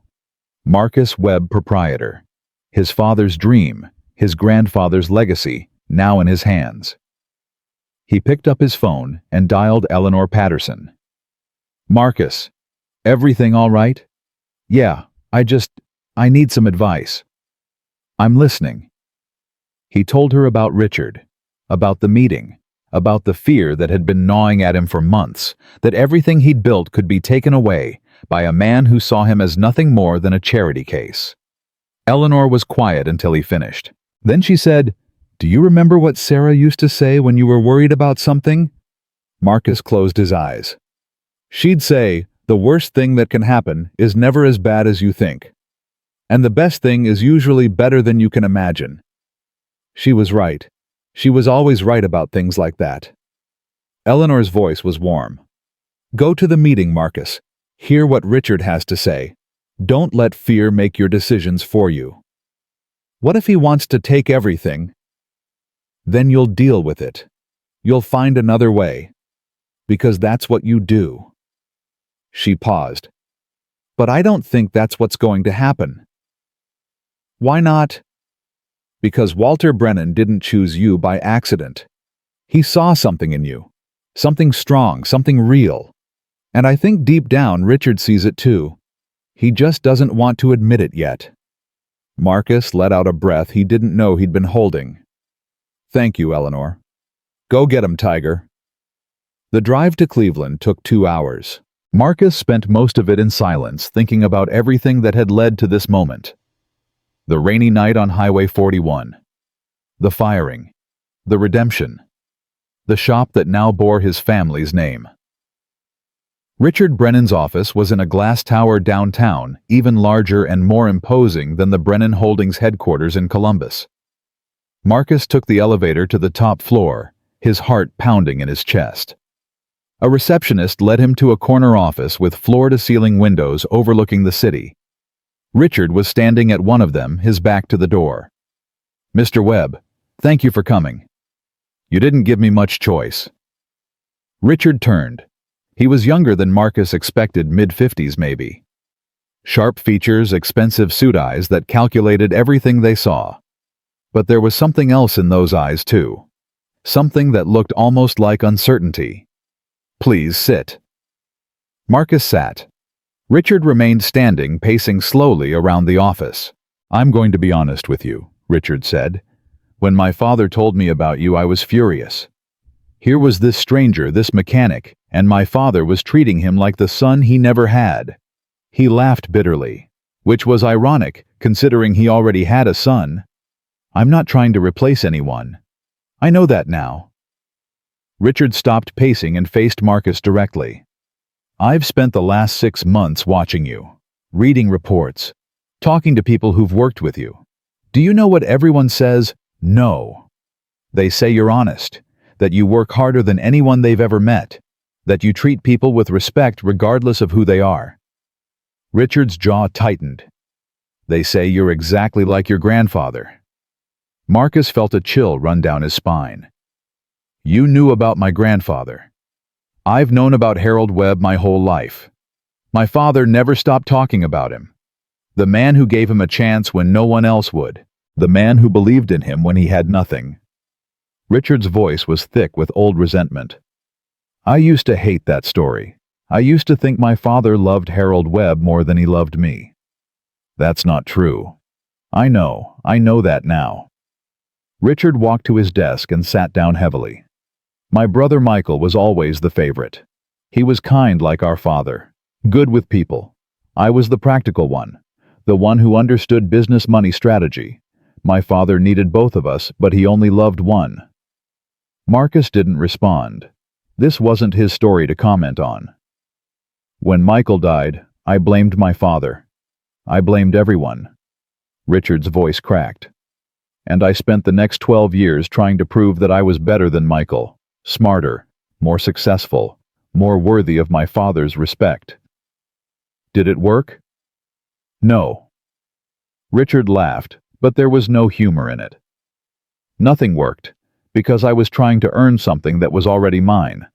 My father loved me. He always loved me. I was just too blind and angry to see it." He reached into his desk drawer and pulled out a folder. He slid it across the desk to Marcus. "What's this? Open it." Marcus opened the folder. Inside was a single sheet of paper, a letter handwritten. "Dear Richard, if you're reading this, it means I've finally told you the truth about Marcus Webb. I know you've been angry.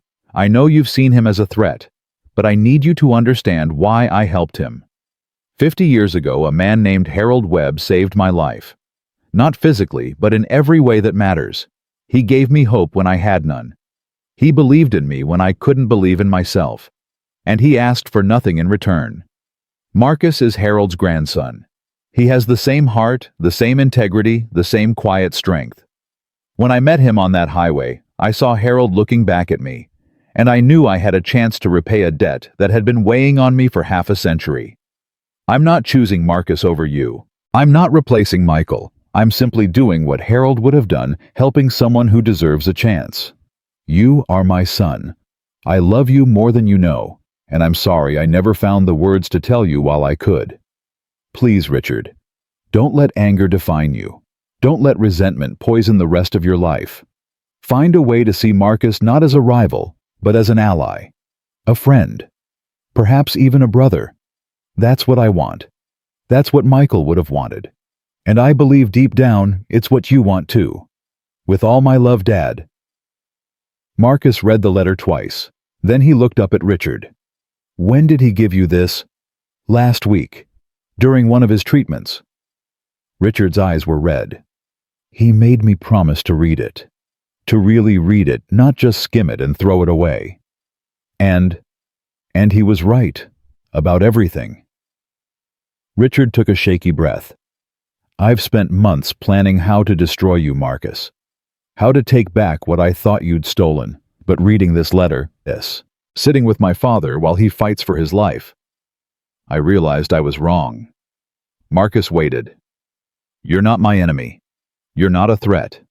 You're just a man who did a good thing and got rewarded for it. Richard leaned forward. My father spent his whole life looking for Harold Webb's heir, someone worthy of his trust, his investment, his legacy. And he found you. What does that mean? It means I'm not going to fight you anymore. It means the shop is yours free and clear no matter what happens. Richard paused. And it means I'm asking for something I never thought I'd ask for. What? Your forgiveness. Richard's voice broke. For the threats, for the hostility, for being the kind of man my father would be ashamed of. Marcus looked at the man across from him. The son of Walter Brennan, the brother of Michael. A man who had spent his whole life carrying wounds he didn't know how to heal. And Marcus thought about everything Sarah had taught him, everything his grandfather had stood for, everything Walter had shown him about the power of second chances. I forgive you, Marcus said. Richard closed his eyes. A single tear ran down his cheek. Thank you. 2 weeks later, Walter Brennan came to Columbus. His health had improved slightly enough for him to travel. He asked Marcus to meet him at the shop early in the morning before it opened. When Marcus arrived, Walter was already there standing in front of the building, looking up at the sign. Webb & Sons Auto Repair. It's beautiful, Walter said. It's because of you. No. Walter shook his head. It's because of you. I just gave you the opportunity. You did the rest.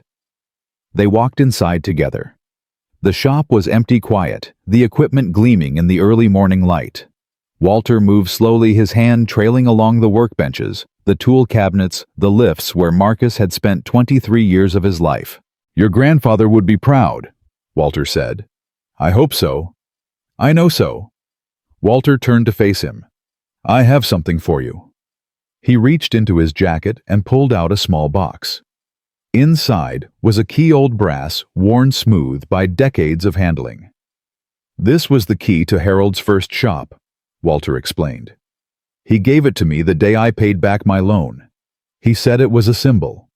That success wasn't about money or power, but about what you build, what you leave behind. Marcus took the key. It was warm in his palm, heavy with history. I want you to have it, Walter said, to remind you where you came from, and where you're going. Where am I going? Walter smiled.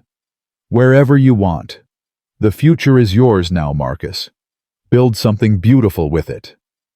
6 more months passed. The shop continued to grow. Revenue doubled. Marcus hired 4 new mechanics, including 2 women, the first female mechanics in the shop's history. He started a training program for young people from disadvantaged backgrounds, teaching them skills that could change their lives. Frank became the shop's lead technician responsible for the most complex repairs. He was good at it, better than Marcus had expected.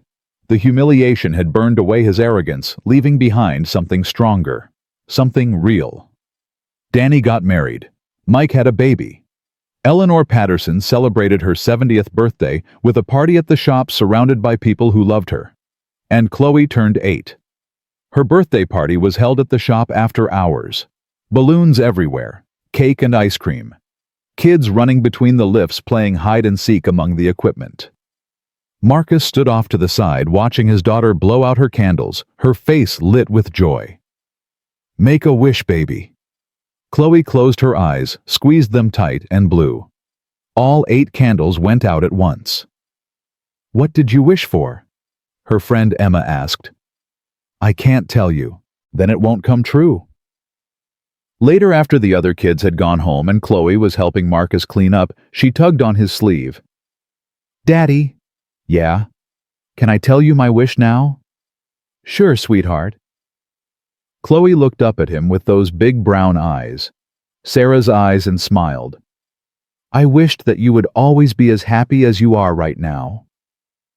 Marcus felt his heart crack open. He knelt down and pulled his daughter into a hug, holding her tight against his chest.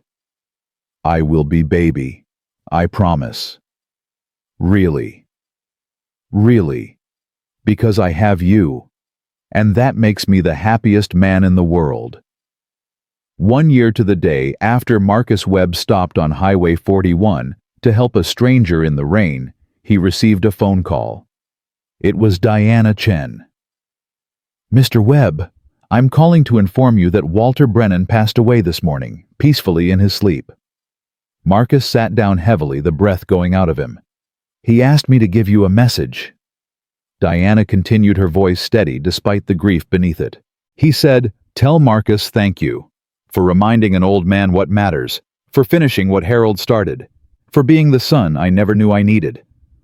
Marcus couldn't speak. Tears streamed down his face. "The funeral will be this Saturday," Diana said. "Mr. Brennan requested that you give the eulogy." "Me?" He was very specific. He said you were the only one who truly understood him. The funeral was held at a small church in Columbus. Hundreds of people attended: business associates, employees, friends, family. Richard Brennan sat in the front row, his wife beside him, his children surrounding him. When he saw Marcus, he stood and embraced him. "Thank you for being here. I wouldn't be anywhere else." When the time came for the eulogy, Marcus walked to the podium on shaky legs. He looked out at the sea of faces, some familiar, most not, and took a deep breath. "I knew Walter Brennan for exactly 1 year," he began. "But in that year he changed my life. He changed who I am.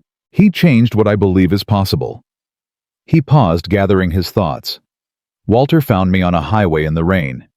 My car had stopped to help him, and that single act of kindness set in motion a chain of events that I still can't fully comprehend. He gave me a business. He gave me a future. He gave me something I didn't even know I needed: hope. Marcus looked at Richard, who was watching him with tears in his eyes. "But Walter didn't just give things. He taught things. He taught me that success isn't measured by money or power, but by the lives you touch, the people you help, the legacy you leave behind." He looked at the photograph of Walter that stood on the altar, the same sharp eyes, the same gentle smile. 50 years ago, my grandfather gave Walter Brennan $5,000 and changed his life. Today I stand here as proof that kindness echoes, that one good deed can ripple across generations, that the people we help go on to help others, and the chain never breaks. He took a shaky breath. Walter Brennan was not perfect. He made mistakes. He had regrets. But he spent his whole life trying to be better, trying to do right by the people around him. And in the end, that's all any of us can do. Marcus looked out at the crowd one final time. "Rest now, Walter. Your work is done. But the seeds you planted will keep growing. I promise you that." The drive home from the funeral was quiet. Chloe sat in the passenger seat, still wearing her black dress, her hand resting on Marcus's arm. "Daddy?" "Yeah, baby." "Is Mr. Brennan in heaven now with Mommy?" Marcus felt his throat tighten. "Yeah, sweetheart. I think he is." "Do you think they're friends?" Marcus smiled through his tears. "I think they're the best of friends." They pulled into the parking lot of Webb & Sons Auto Repair. The shop was closed for the day out of respect for Walter, but Marcus wanted to stop by anyway. He got out of the truck and walked to the front of the building, Chloe's hand in his. The sun was setting, painting the sky in shades of orange and purple. The new sign gleamed in the fading light. Webb & Sons Auto Repair. Where kindness is our trade. They'd added that second line a month ago. Marcus's idea. Walter had loved it. "Daddy, look." Chloe was pointing at something on the ground. A small bird hopping along the sidewalk, unafraid. "It's a robin," Marcus said. "First one I've seen this spring. Mommy always said robins were good luck." "She did." Chloe looked up at him. "Do you think this one is from Mr. Brennan? Like a message?" Marcus watched the bird hop a few more steps, then spread its wings and fly away, disappearing into the golden sky. "Yeah, baby, I think maybe it is." That night, after Chloe was asleep, Marcus sat at the kitchen table with a pen and a piece of paper. He'd been putting this off for a year, never finding the right words. But tonight, finally he knew what he wanted to say. "Dear Sarah, it's been 4 years since you left us. 4 years of missing you every single day. But I want you to know something. I'm okay. Chloe is okay. We're more than okay. A lot has happened since you've been gone. I lost my job, found it again, and somehow ended up running your father's shop. I made enemies who became friends and found family in places I never expected.